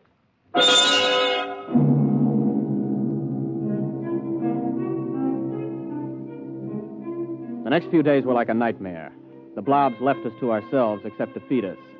Of course, it had its funny side, too. The creatures knew we needed liquid, but they couldn't distinguish between water and whiskey. For the first 2 days, we had nothing but whiskey to drink. For obvious reasons, I don't remember much about it, but we did begin to sing to each other. We also got to know and like each other. I got to learn some Eastern songs. On the third day, the jugs were water jugs, and we sobered up. Oh, what a hangover. You were singing magnificently. Oh, well, you weren't so bad yourself. How long was I asleep? About 8 hours. Ray, while you were passed out, I discovered how we can escape. What? I've been studying the blobs. They seem to have a 5-hour sleep period when there is no sound in a ship. I've tried banging on the wall with my helmet during that period, but apparently they're almost completely unconscious during ours. Mm-hmm. 5 hours sleep. That means a planet with approximately a 20-hour rotation. The Joint Chiefs will want to know that if we get back. And more important, we're much stronger physically than they are.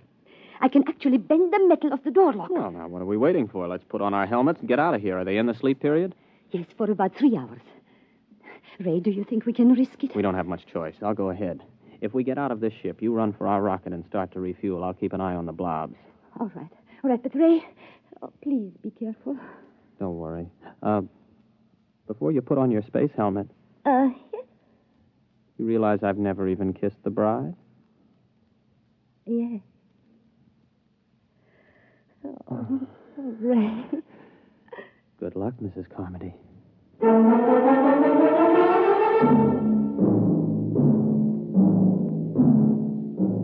By the time I reached the ship, Anya had the rockets refueled. I jacked up the tail fins and we headed for space. When I checked our screen to see if the blobs were after us, we detected their ship heading toward the outer galaxies away from Earth. The rest was easy. In less than 24 hours, I was in the office of the President of the Western Alliance making a full report. The Eastern Ambassador was there, along with the Chief.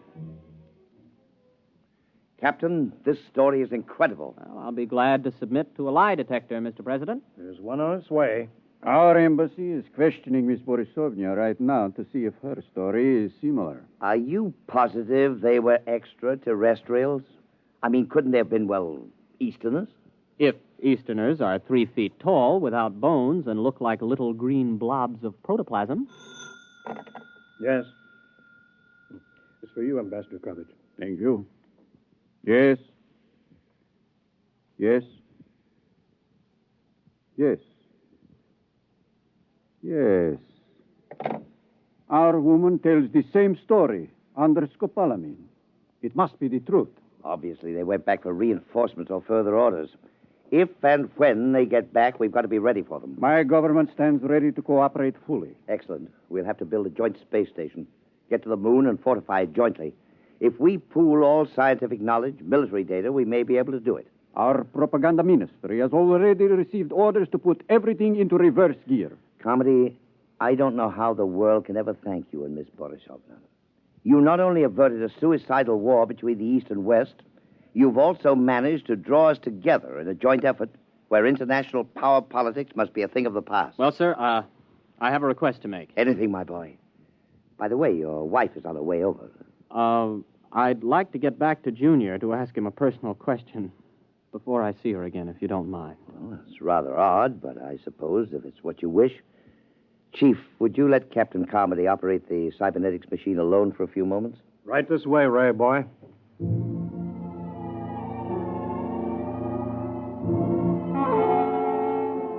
I waited until I was alone with the big cybernetics machine. One green dial glowed malevolently as if the instrument was aware of my presence. I opened the input channel and spoke. Hello, Junior. This is your old friend Ray. Give an appropriate answer. Hello, Ray. Now then, you remember Miss Borisovna, the girl who was selected for me to marry. Item 1, she's going to rejoin me in a short while. Item 2, I've fallen in love with her. Item 3, before we actually live together as man and wife, I want to know something. Question. Does she love me? Yes. Oh, that's my boy. Now then, just one more item before I say so long and take a honeymoon. Tell me, Junior, why do I have a hunch that those blobs from outer space will never be back? Answer, please.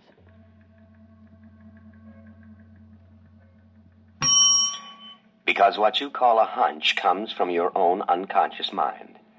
Your unconscious mind knows that the extraterrestrials do not, and never did, exist. What? Do you wish the answer repeated? I wish you to tell me why I saw them, why Anya saw them. Neither of you saw them. Amplify that answer, Junior, or I'll smash every tube in your memory bank. Since I am an AC-7 cybernetics machine, I have no circuit reactor for threats of destruction of my tubes. The answer to your question is as follows. The memory of extraterrestrials is due to post-hypnotic suggestion. You mean I was hypnotized to find those blobs on the moon? Correct. And just who hypnotized me? I did. I hypnotized you. Oh. And Anya? A similar AC-7 cybernetics machine located at the University of Moscow. Would you explain why? Cybernetics machines are constructed to help humanity. A major war, the disastrous results of which I could accurately calculate, was inevitable unless forestalled. Calculation showed that the best way to avert that war was the creation of a common mythical enemy. Therefore, I created a situation which led to your mission to the moon. Well, wait a minute. You created the situation. Yes. Well, tell me how you did it. How did you prevent male babies from being conceived? A special modification of radio carrier wave for station JVT here in Washington, D.C., the only 24-hour-a-day radio station in the United States. The modification is not detectable by any instrument known to man at present. Well, how could you do that? You can't leave here. 1 year ago, you yourself fed me a problem. The design of a new cathode tube for radio station JVT. I modified the tube to send out a wave that would prevent male children from being conceived. So all we have to do is eliminate that tube. It will not be necessary. The tube was designed to burn out exactly 15 minutes ago. And the same thing happened in the Eastern Alliance? Precisely. 2 properly constructed machines will always arrive at the same answer to the same problem. Oh, Junior, I gotta hand it to you. But why let me in on it? It is to the interests of humanity to know the truth. It is to your own interests. And you will tell no one because of the type of individual you are. Mankind will work together now to reach the stars. One last question, Junior. If Anya and I were just hypnotized to think all of that was happening up on the moon, what really did happen up there? I waited a while, but Junior was silent. It's the first time he ever pulled anything like that. However, I'll swear that I saw that green eye of his wink at me.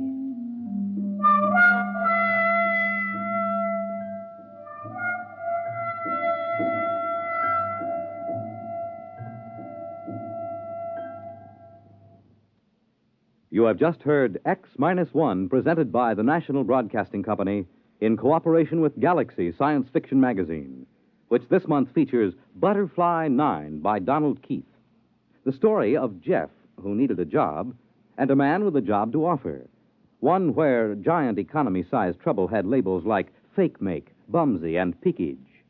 Galaxy magazine on your newsstand today. Tonight, by transcription, X-1 has brought you Honeymoon in Hell, a story from the pages of Galaxy written by Frederick Brown and adapted for radio by George Lefferts. Featured in the cast were William Redfield, Vilma Currer, Wendell Holmes, Charles Penman, Leon Janney, Roger DeKoven, and Jack Grimes. Your announcer, Fred Collins. X-1 was directed by Daniel Sutter and is an NBC Radio Network production.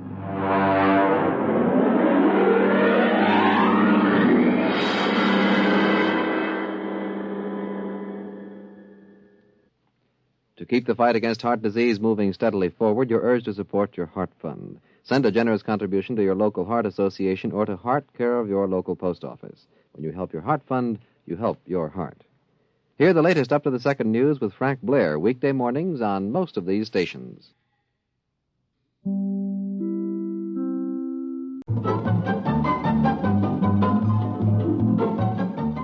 This is Walter O'Keefe, inviting you to listen in on the Nightline.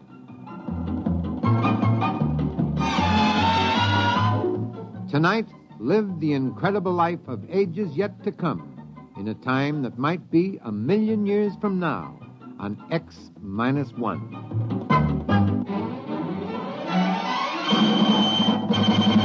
Now, an incredible story of the world beyond.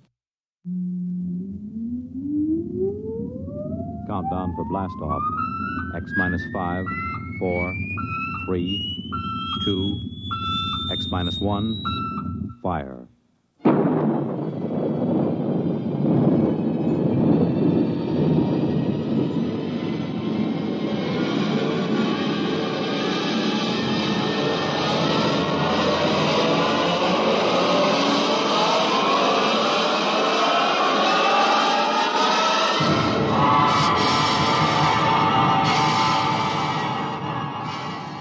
From the far horizons of the unknown come tales of new dimensions in time and space. These are stories of the future, adventures in which you'll live in 1,000,000, could be years, on 1,000 maybe worlds. The National Broadcasting Company, in cooperation with Galaxies Science Fiction Magazine, presents X minus 1.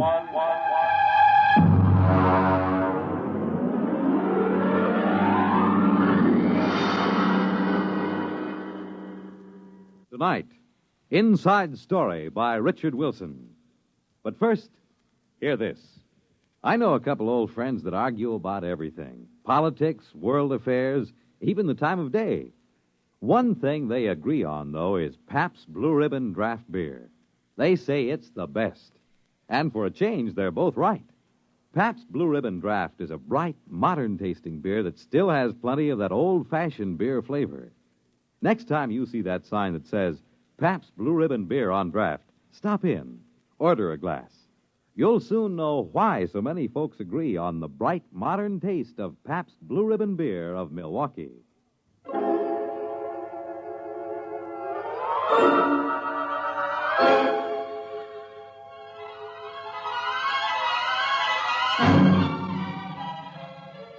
Now, X-1 and Inside Story.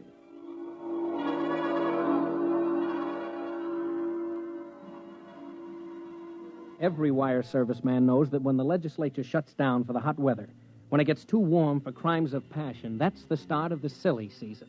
It's the time when the teletype chatters about the largest pumpkin grown in Sauk County and the dog that found its way home from Luna Base to the Cocoa Island rocket port. Well, it was the silly season when I reported to headquarters Martian sector of the Galactic News Service at IOPA. I found the bureau chief, Scott Warren, looking sourly at a strip of copy. GNS Sonala add lizards. Lizards? Lizards. Ew. New light on the longevity span of the Martian sand lizard was shed today by the Sonala Zoological Society. Now, that is what I call hot news. Flash copy. Dull day? Following a dull night. Was it like this in New York when you left? They had me covering a kitten in a tree in Gramercy Park. I would sell my soul for a nice, juicy cabinet crisis. Or else a little honest graft on a spaceport contract. Well, have you got any leads? No. The Garrison Administration of Martian Colonial Affairs is depressingly honest. When nothing's doing, you can stir it up a little. You know, rattle the local skeleton in the closet. Fan the fires a little. Have you read the Publications Responsibility Act of 1997? You can get 20 years for what you were thinking. Look, what's the local canker sore? What would you like most to get an inside story on? Something everybody covers up. Well, there's Druro. Oh, but that's Simon Pure. What's Druro? Nully Sanctuary. Oh, a religious institution? No. It's a quarantine set up for null-gravity neurocatinosis. Nully fever. It's completely segregated. Nobody's ever gotten a report out of there. Well, it sounds like a natural. Look, George, you're new. You don't fool around with Nully fever here on Mars. Be like lighting a cigarette in a powder magazine. Chief, how would you like an inside story out of Druro? You can't get in. I will give 8 to 5. Now, look, who's in charge? The Ministry of Health, but you can't... Okay. Don't let the sand lizard take up all the space. I will get in.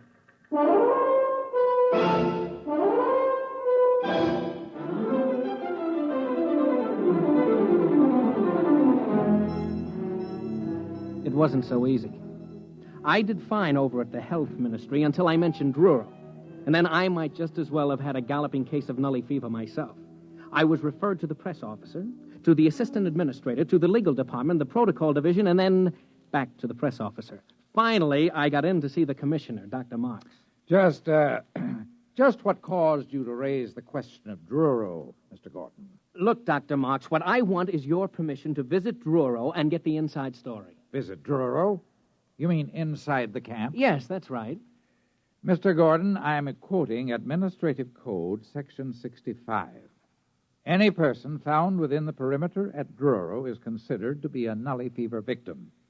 Contagion is something like 99% certain at a range of 100 yards. What's the treatment? Druro. You mean they're just shoved there to rot? A Nully, Mr. Gordon, will rot wherever he is. He deteriorates to the point of total sterility. Take my advice. Forget it.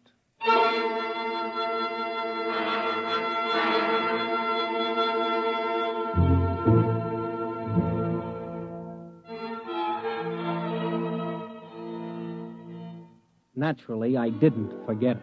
I did more research. I found out that Nully fever seemed to be a mutated virus that got that way in the early Earth-Mars rockets that had inadequate radiological shielding. The symptoms masqueraded as half a dozen diseases, but the end product was the same. A physical deterioration that I don't care to go into, and a psychological lowering to an animal state.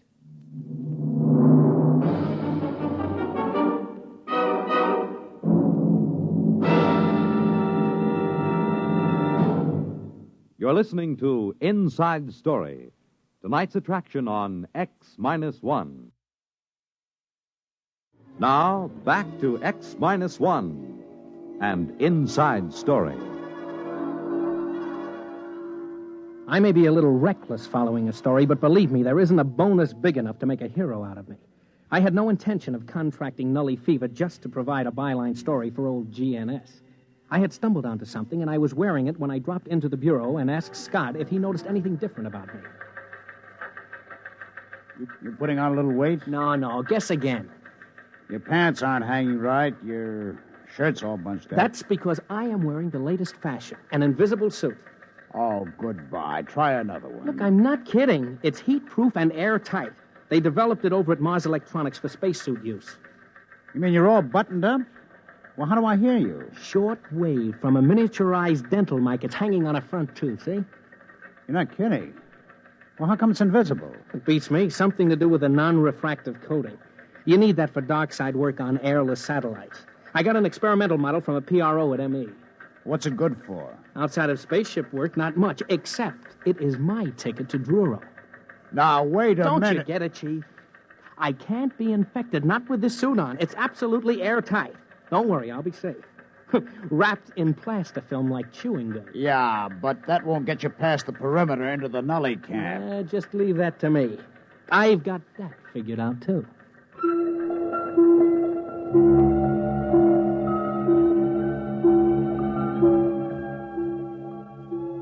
I picked up a sandcat out to the town of Druro and waited for 2 days.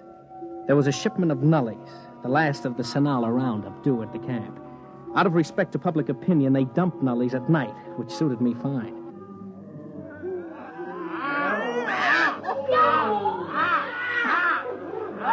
About 100 Nullies were going over the newcomers like kangaroo caught in a frontier jail.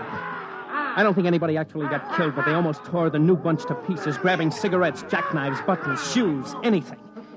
And then, like as not, the old-timers would fight each other for it. The whole thing was over at dawn, and I could get a look around the camp. There were prefab huts and some trees. I started over to one of the huts. My hut. Take it easy, friend. I'm not going to hurt you.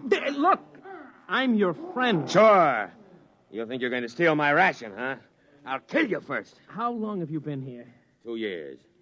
Got a cigarette? Here. No, don't grab. I'll toss you one. Don't you make a move towards me. Sure. What were you before you got in here? Huh? A teacher. An IOPA technical. I fixed them before they got me. I cut down 10 medics with a power drill. When is breakfast, friend? You go plenty hungry. Ration isn't until tomorrow. You think that was some fight last night? Wait till you see ration drop. Last time somebody tried to beat me to a ration case, I fixed her. Never mind. Don't tell me about it. Hey, what's that over there? Up the hill. Looks like a regular fortress. What are you trying to do? Hurt me? No, I just asked you what goes on up there, those other huts inside that barricade. You spying for them? Yeah, sure. You're spying for them, you dirty...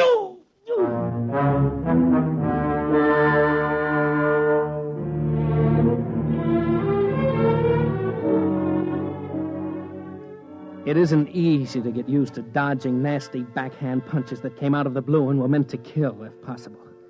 I got my arm up in time to catch about half the force, and the man ran off with my pack of cigarettes. But there was something up that hill worth looking into. A barricaded section set apart from the rest. So I started up. When I hit the woods, I stopped just 3 feet short of a 10-foot spear. All right, you. Get back down the hill. Now, take it easy, will you? What's going on up here? Go on, get moving. I've got orders to kill if I have to. You don't understand. I just want to find out... Yeah, sure you do. They always do. Every time there's a new batch, there's a few still smart enough to plan together, and they come up here spying. Spying on what? Look, I'm a newspaper... I'll count 3, and then you get it in the belly.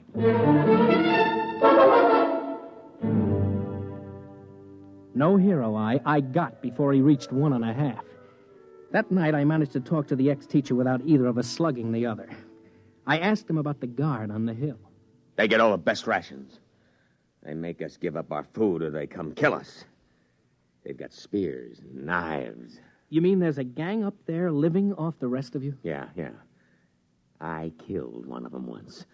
Caught him from behind with a rock. They came down and killed 10 of us. Didn't get me, though. Funny, huh?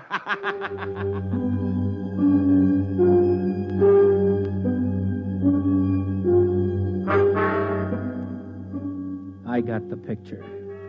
It's been the same every time men are herded together like animals. Andersonville, Buchenwald, and Dachau, the Alaskan camps in the 70s, and now Druro. The strong live off the others, a kind of racketeering in spades. Grab the best of everything, live as rich as you can, and don't worry how many you leave to starve to death. We're gonna get them, though. Tonight. Got rocks together and clubs. Go up there and we'll get them.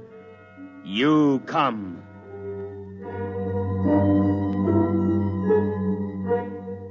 I didn't have much choice. They would have torn me apart. About 10 o'clock at night, the mob gathered at the foot of the hill. Every once in a while, they'd swipe at each other with a club or a rock, but mostly they shouted up at the hill. And then suddenly, without any signal, they charged.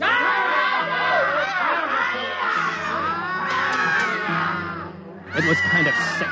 Men and women, heaven knows what they were before, teachers, mothers, anything, screaming and running up that hill.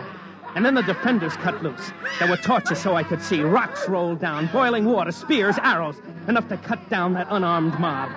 I was hiding behind a tree now, sick, good and sick. When it happened... No! My arm! Hold on, Bud. I'm going to pull this arrow out. Oh. Here goes now. No! Oh. No. Where am I? Up the hill. That's where you wanted to go, isn't it? But how did... We dragged you up here. Herb, get some bandages up here. You're one of them, aren't you? One of who? The big shots, the kingpins, gangsters. You didn't get hit in the head, did you? Oh, it's too bad they didn't wipe you out up here. It's tough enough living in a place like this, but to prey on the weak ones... Look, fella, I think maybe you got the wrong idea. Oh, thank heaven I'm safe from this kind of... Yeah, I wondered when you'd notice. That fancy suit of yours got torn when the arrow hit. Oh, no. No. Nully fever. That's why we hauled you up here. We spotted something funny about you. A kettle of boiling water splashed on you, and you didn't even notice. Who are you? George Gordon, Galactic News Service. A newsman? Listen, does anybody know you're in here? Yeah. Maybe there's a chance. Can you tell them they got to let us out? Tell them what it's like up here. Make them understand. We write messages for the ration planes, and they ignore them. You can't get close enough to the guards to shout, they shoot you down. They got to let us out. Oh, sure. After what I've seen, that's the last thing I do. Try to con somebody into letting this loose on the population. I've seen enough nullies. Even if I have to spend the rest of my life in this camp, I don't want to be responsible for making more. Wait a minute. You don't get it. We're not nullies up here. What? Nobody gets in the camp who isn't a nully. That's right. We all had it when we came in, but not anymore. Up here, we're cured. You're lying. You've got to believe me. We've been living up here for 4 years, keeping guard, trying to live like human beings in the middle of those animals down there. Losing maybe 3 or 4 a week, fighting them off. You know you're more dangerous than they are down there because somehow you've kept some intelligence, enough to want revenge on the rest of the world by infecting. No, you've got to believe me. We're cured. Nully fever can be cured somehow because we've done it. About 100 of us. More now with the babies. The what?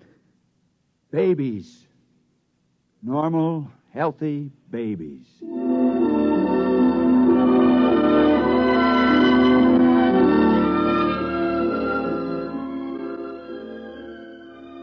He pointed across the clearing to another hut, and I saw it. A woman about 30, sitting on the doorsteps, nursing a baby, an infant. And I heard the words of the commissioner echoing in my ear. And, of course, total sterility.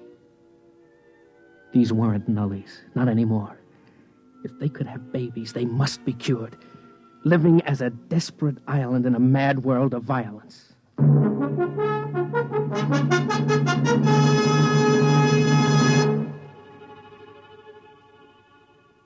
Well, you know the rest of it. You ought to. It was carried under my byline in every fact sheet on 3 planets.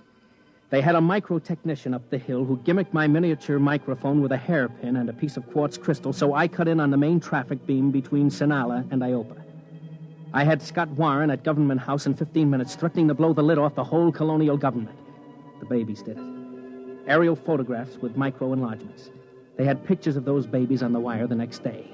Red tape held it up a week.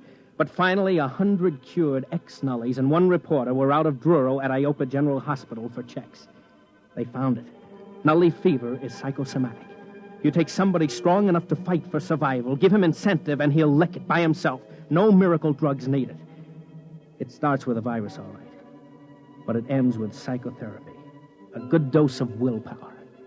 I got back to work in a month. Welcome back, George. The teletype's dead as ever. Back to the longevity of the Martian sand lizard. Druro Nully story played out? Dead as last week's herring. Well, what else is new? Maybe we can find another skeleton in the closet. How about life on the Martian moons? Now, that ought to be good for a headline.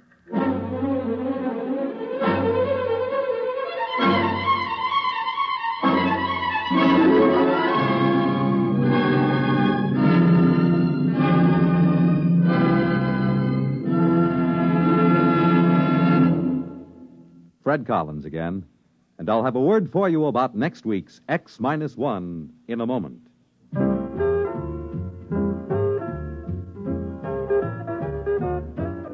Hey, Molly, it's me. Where are you? Right here, McGee. What's the matter? Are you doing anything? Am I doing anything? I've got a towel wrapped around my head, a broom in one hand, a bucket of soap and water in the other, and the kitchen curtains under my arm, and you ask me if I'm doing anything. Sure, I'm vacationing in Florida. Oh, here, Molly, let me take that stuff. What are you doing? Now, just sit down. Sit down right here. Well, you're sweet, McGee, but I've got... You can go back to work in a minute. I got something big to tell you. You know, something really big. What have you gone and done? We're going to be on Monitor. Monitor? NBC's fascinating, motivating, merry-making, scintillating, ever-vescerating weekend radio service. Oh, that Monitor. Of course. And we're on it, McGee? When? This weekend and every weekend. What do you say to that? Oh, that's wonderful, McGee. So don't make any plans, folks. We'll be seeing you this weekend. All weekend. On Monitor. And now a word about next week's story. The category Inventors by Arthur Sellings on X-1. You have just heard X-1, presented by the National Broadcasting Company in cooperation with Galaxies science fiction magazine, which this month features Time Waits for Winthrop by William Tenn. Winthrop was literally the most stubborn and selfish man in 500 years. How could they convince him not to strand them in this society of shriek fields and panic stadiums? Galaxy Magazine, on your newsstand today. Tonight, X-1 has brought you Inside Story, a story from the pages of Galaxy written by Richard Wilson and adapted for radio by Ernest Kenoy. Featured in our cast were Bob Hastings, Leon Janney, Ralph Bell, Richard Hamilton, Edwin Cooper, and Pat Hosley. This is Fred Collins. X-1 was directed by Daniel Sutter and is an NBC Radio Network production.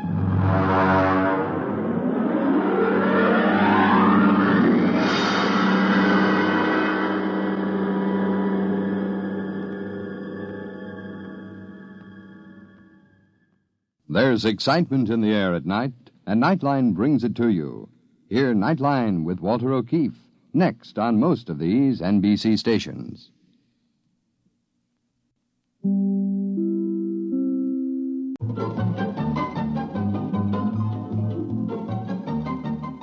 This is Nightline, your open door to people and places, and this is Walter O'Keefe. Nightline invites you to listen in on NBC's award-winning science fiction series X-1.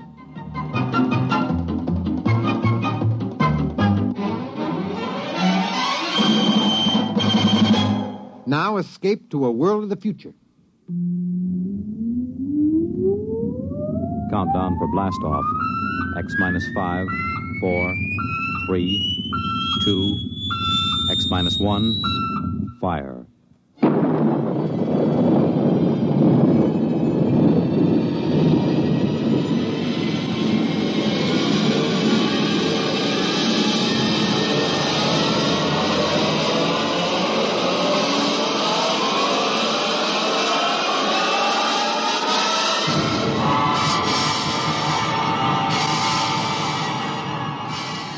From the far horizons of the unknown come tales of new dimensions in time and space.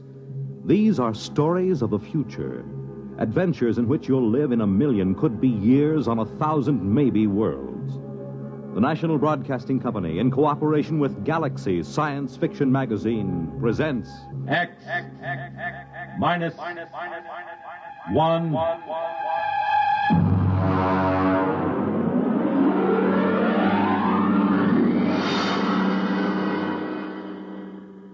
Tonight, The Merchant of Venus by A.H. Phelps, Jr. But first, hear this. When they play it hot and you dig the beat, oh, life is swinging, life's complete. You make it Pabst, 'cause Pabst makes it perfect. Yes, Pabst makes it perfect. Just as we always have ever since 1844. So next time, you make it Pabst, because Pabst makes it perfect. America's Blue Ribbon beer from the Pabst Brewing Company, Milwaukee, Wisconsin. Yes, Pabst makes it perfect.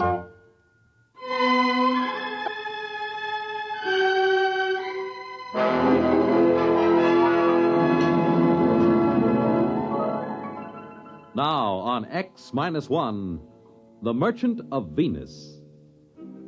If you've ever tried to make a 6-inch marionette play the piano using spider webs 100 feet long for the strings, you'll have some idea of the job of administering personnel problems of the Venus colony from an office on East 41st Street in New York. But that's the way it's done. All recruitment and contract work for outspace employment is handled by the UN Off-World Commission. My particular mess is the Venus Project. Mostly the trouble comes to my phone extension. Work 'em here. Work 'em. How long do you think we're going to stand for this? Oh, General Carlson, how are you? At the rate you're going, there won't be a man left on Venus or a dollar left in the budget. What kind of a personnel director are you? Well, if you... Don't you know this project is vital to every person on Earth? General Carlson, just what is wrong? 30 more resignations came in from the colony on the last mail flight. 33 spineless quitters getting fat at the taxpayers' Excuse me, General. Listen to me, Workham. I'm getting awfully tired of the kind of recruiting you're doing. Miss Kane, get me Dave Newson on the other line. No, don't cut the General off. He's enjoying himself. He won't miss me. It's this egghead inefficiency that's at the bottom of the whole thing. Well, I'm not too sure about that, General. Believe me, with one platoon of Rangers, I could get a colony and it'd stay up there. Hello, Rod. Dave, General Carlson's on the other phone yelling at my desk blotter. He says 30 more resignations came in. That right? Actually, 23, 7 for sick leave. What's the breakdown? Mostly farmers or technicians? Well, there were only 9 technicians left. This batch cleans them out. The rest are farmers. What's left? A couple of farmers, trappers, and the scientists. They seem to stick it out all right. Different contracts. They only have a 2-year hitch and then come back to Earth if they want to. Listen, meet me down at the coffee shop. No, Carlson goes down there sometimes. The saloon over on 43rd, about 10 minutes.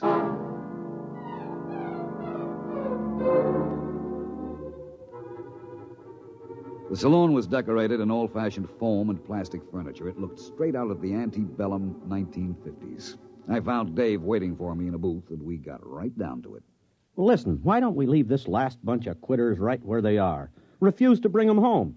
Then they'd have to make a go of the colony to save their scrawny necks. Oh, I'd like to, but even General Carlson wouldn't dare. We'd never get another colonist off Earth. And our main job is to relieve population crowding on Earth. If we get tough with the colony, a man would be a fool to go. But every one of these quitters talks like he was just sprung from Devil's Island. This isn't getting us anywhere. I want you to shoot me up the files on this last batch of quitters. Maybe we'd better have a staff meeting on it. Get the psychology section, the preliminary interviewers who passed these men, and I'll have Jameson, too. What do you want a historian for? Maybe he can find us something interesting in the project record. He's used to deducing the philosophical and religious behavior of the ancient Hittites from a loose translation of a cuneiform laundry bill. Shall I get them all down here? No, we'd better make it formal. Book a conference room. When you get Jameson into a saloon, he spends all his time thinking up guessing games to avoid paying for his drinks. No, make sure about General Carlson. I'll tell his secretary. No. Make sure he doesn't hear about it. I don't have anything against General Carlson personally. It's just that there's always been a fight over Venus Project. The military versus the rest of us soft, decadent civilians. Carlson felt the right way to settle any virgin territory was to set up a military outpost on the ground that soldiers had always been the best operators under similar circumstances. I had lunch with Dave before the conference. You want to call the Greasy Spoon and order? What's on the menu? Well, Protos burger, sliced barbecued yeast, or seaweed borscht with boiled algae balls. Just coffee. Black coffee. Well, they don't have coffee. What do you think this is, the Chambord? You can have Neo-Caf or Syntho tea.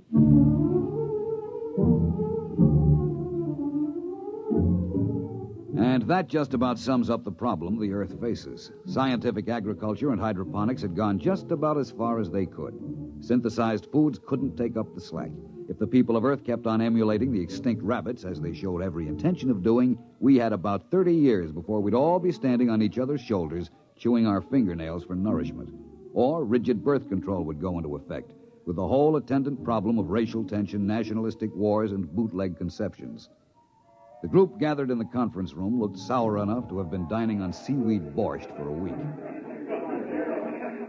All right. I suppose I sum up what we all know already. It'll give us time to stall before we face problems to which we have no answers. That's a cheerful beginning. All right. Now, for 6 years, we've been trying to establish a self-sustaining colony on Venus. Why? Take the monorail out to Bucks County or up to Vermont at rush hour. There just isn't any more room on Earth. They've just opened the Dome Colony in Antarctica, and the housing areas in the Amazon Valley, and they're already piled up with a 10-year waiting list. All right, we send out colonists. What happens? They quit. Thank you, Mr. Jameson. The resignations come in. By terms of the contract, we have to transport them back to Earth inside of a month of resignation. There'll be nothing left on Venus but a few small clearings in the jungle and a few empty beer cans. Now, I'm not accusing anyone here of making mistakes, but I think we have to seriously consider whether we're spending money for nothing. Rod, you said the problem was insoluble. We know what we need up there. It's just that we're still making some mistake in selection, in psychological screening. That's all. You're not going to quit, are you, Rod? Well, we're not. We'll get these studies out and check again. Venus Project is too important to fail, right? Yeah, right.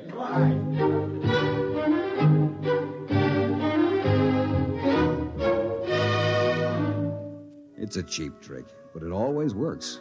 I talk with a heavy, heavy heart. Dave jumps in to shill like a Boy Scout. It always amazes me how a bunch of PhD psychologists can get suckered into enthusiasm every time. We tried to figure out what made the settlers quit. We went into their backgrounds, their personality psych profiles. The coffee grew stale and the smoke heavy. Nothing. Look, Rod, here's what it boils down to. A man has to be unstable to want to leave Earth, but he has to be stable to stay on Venus. You need initiative and resourcefulness to make out on a new planet. But if you had it, you'd make out fine at home. You need young, healthy, vigorous, mature, older, experienced people all rolled into one. We're looking for a collection of walking paradoxes.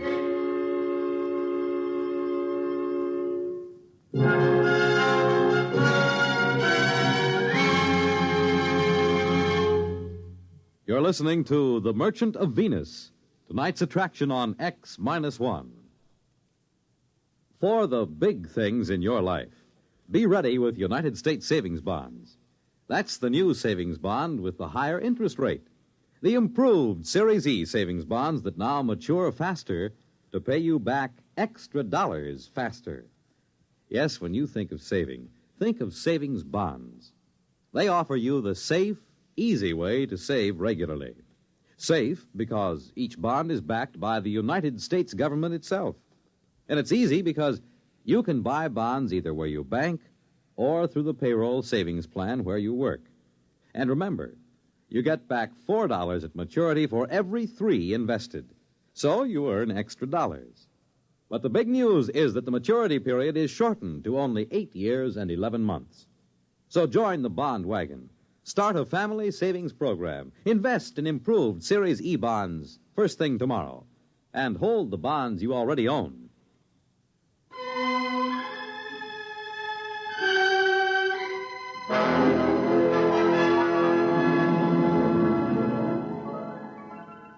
Now back to X-1 and The Merchant of Venus. We tried brainstorming on Project Venus. You know, just sit around and let the ideas seep out of your unconscious. Take kids up and bring them up on Venus under guard. Grow colonists in test tubes and ship them out wrapped in glass. Start trial colonies in the Congo. Nothing. I was mulling the conference over by myself in the saloon when Jameson dropped into a chair beside me. Hi, Rod. Oh, hello. Hey, I got a new game. I take 3 matches in my right hand and Don't you guess... bother. I'll pay for the drinks. Rod, you're taking the sport out of sponging. I see nothing amusing in being a petty con man. How about that snow job you work on the psych team every couple of weeks? You could get rich selling bogus mining stock to investigators for the SEC. There is a difference between legitimate personnel psychology. Sure. How about when you threatened to quit? Well, I'm not sure I was kidding. What would happen if you quit? Carlson would probably send a military outpost up there. Make a clearing, build a fort, maybe a town, and then he'd try to get people to come and live in it. It won't work, though. They'll want to know why the planet had to be colonized that way. Why wouldn't the civilian colonists stay? Rod, this may surprise you, but I agree with you. But not because of your fancy psych profiles and emotional mathematics. A free people will not willingly move into a military township.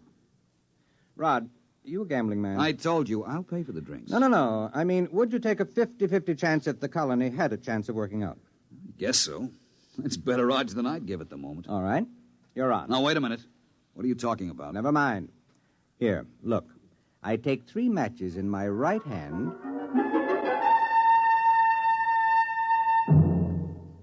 And that's all he said. I found out a week later what was going on when I was called on the carpet by General Carlson. And as I understand it, this plan of Mr. Jameson's was smothered in your office because of professional jealousy, Mr. Jameson having no degree in psychology. Is that what he told you? Mr. Workham, I'm very busy. I have a conference with Mr. Jameson in exactly 7 minutes.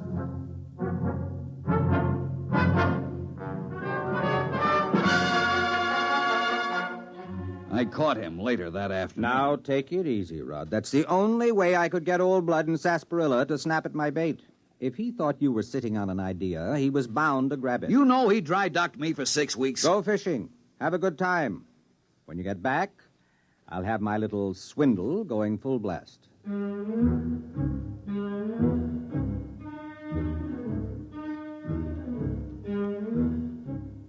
That is exactly what I did. I went fishing. When I came back to work, I had to fight to get into the building. Hey, who you pushing? I work in here. Yeah, line fucker. What do you mean? You can wait your turn like the rest of us. What's going on in there? What, are you kidding? This is the volunteer office. Where have you been? Volunteer for what? The Venus colony. Oh, no. That's a little office around on 43rd Street. Wake up, Bud. They moved out of that office last week. You mean all these men are volunteering? Sure. Hey, you got a bottle on you? Bottle? Anything. A little California seaweed juice, maybe. I ain't fussy. Are you a trained farmer? Do I look like a hayseed? Technician? Mechanic? Listen, Buster. That's for Marks, Rubes, Hicks. I know how to take care of myself. Let the suckers push tractors around. You sure you ain't got a shot? No. Man, I can hardly wait till I get there. The nearest saloon? Venus, man, Venus. What are you going to do when you get there? Well, snake me a little climb. Then let the credits roll in. Going to get me a year's supply of the best pre-war scotch, and I'm going to use it up in a week. They don't pay that kind of wages at the colony. Wages? That's for square johns. I'm going out for the hot stuff.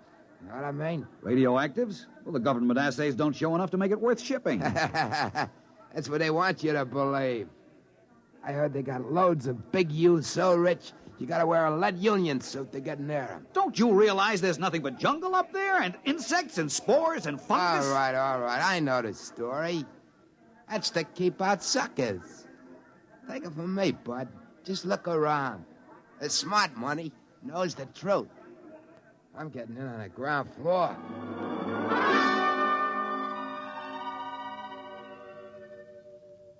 Jameson, you irresponsible idiot! Ah, Rod, how were the fish? I know what you're doing, and I won't put up with it. You've told those dupes down there they can get rich on Venus. Well, they're volunteering. And I suppose you think if you get enough of them, you'll find what you want. But have you looked at them? Crooks, gangsters, bums, hobos, drunks, and I don't know what. They are a little picturesque, aren't they? Well, you've got recruits, all right. But what kind of a society are you going to start with them? Rod, you're not being just a teeny-weeny bit snobbish, are you? Look, this isn't a joke. I don't care who goes as long as they meet some standards. But to make a decent place, you need decent people, morally clean and healthy. And to think this is a man I have seen playing stud poker. You've got a collection of bums and alcoholics and criminals. Probably half of them are wanted by the cops. You've got to stop.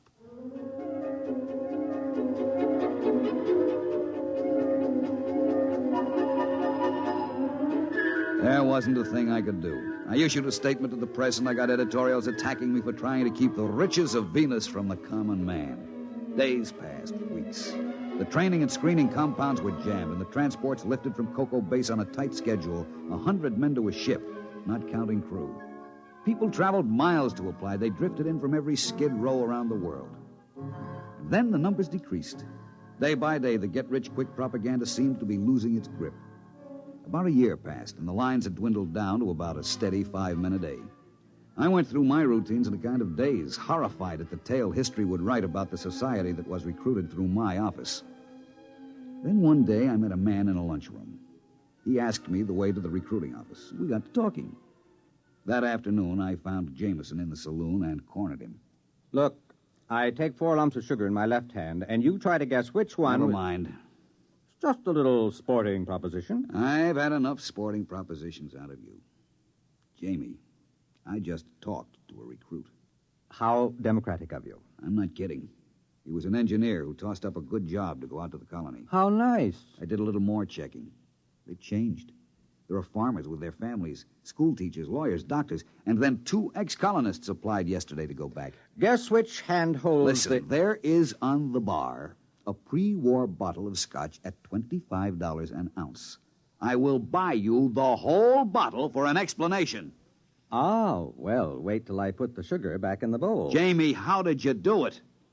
Were we so far wrong with our charts and psychomath? Actually, you told me how to do it.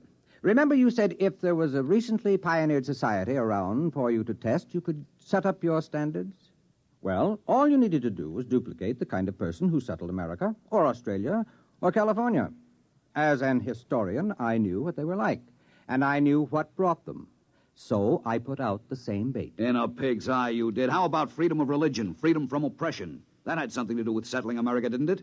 Isn't that what brought people to this country? I saw that cesspool full of tramps you started with. If there was a Tom Paine or a Ben Franklin among them, I'll eat a whole Rorschach series one ink blot at a time. Rod, you are no historian.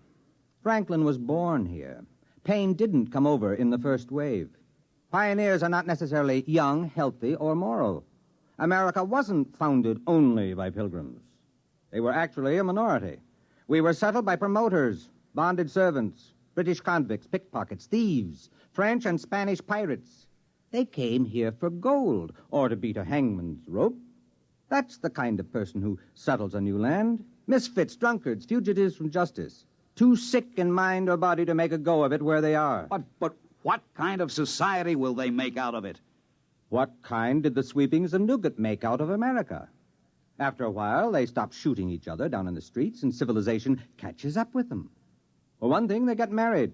And it's amazing what a civilizing influence a wife is. Won't they be a little sore? After all, you just worked the greatest hoax since... Since the immigrants came to America because they heard the streets were paved with gold. Well, I'll be going along myself soon. You? Yup. Now that they've got a colony going up there, they'll be making history. And besides, I understand there's a wide-open gambling saloon at New Abilene on the Neo-Texas Peninsula. I'm anxious to try my luck on the wheel. I wonder if that pre-war bottle of scotch will stand the acceleration.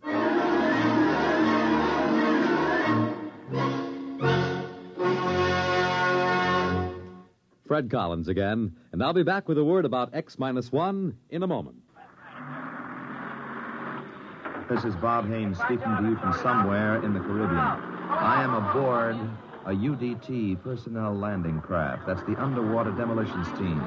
We are right now on our way out to rendezvous with United States submarine Sea Lion. Monitor took you there. Some men go over Niagara Falls in a barrel.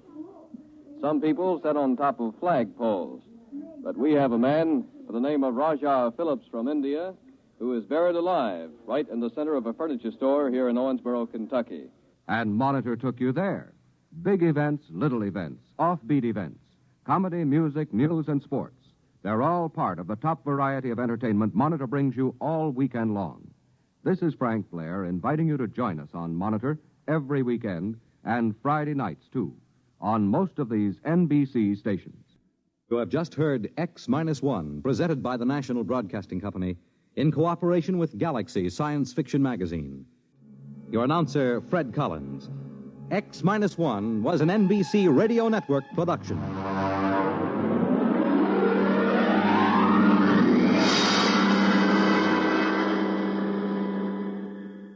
There's excitement in the air at night, and Nightline brings it to you.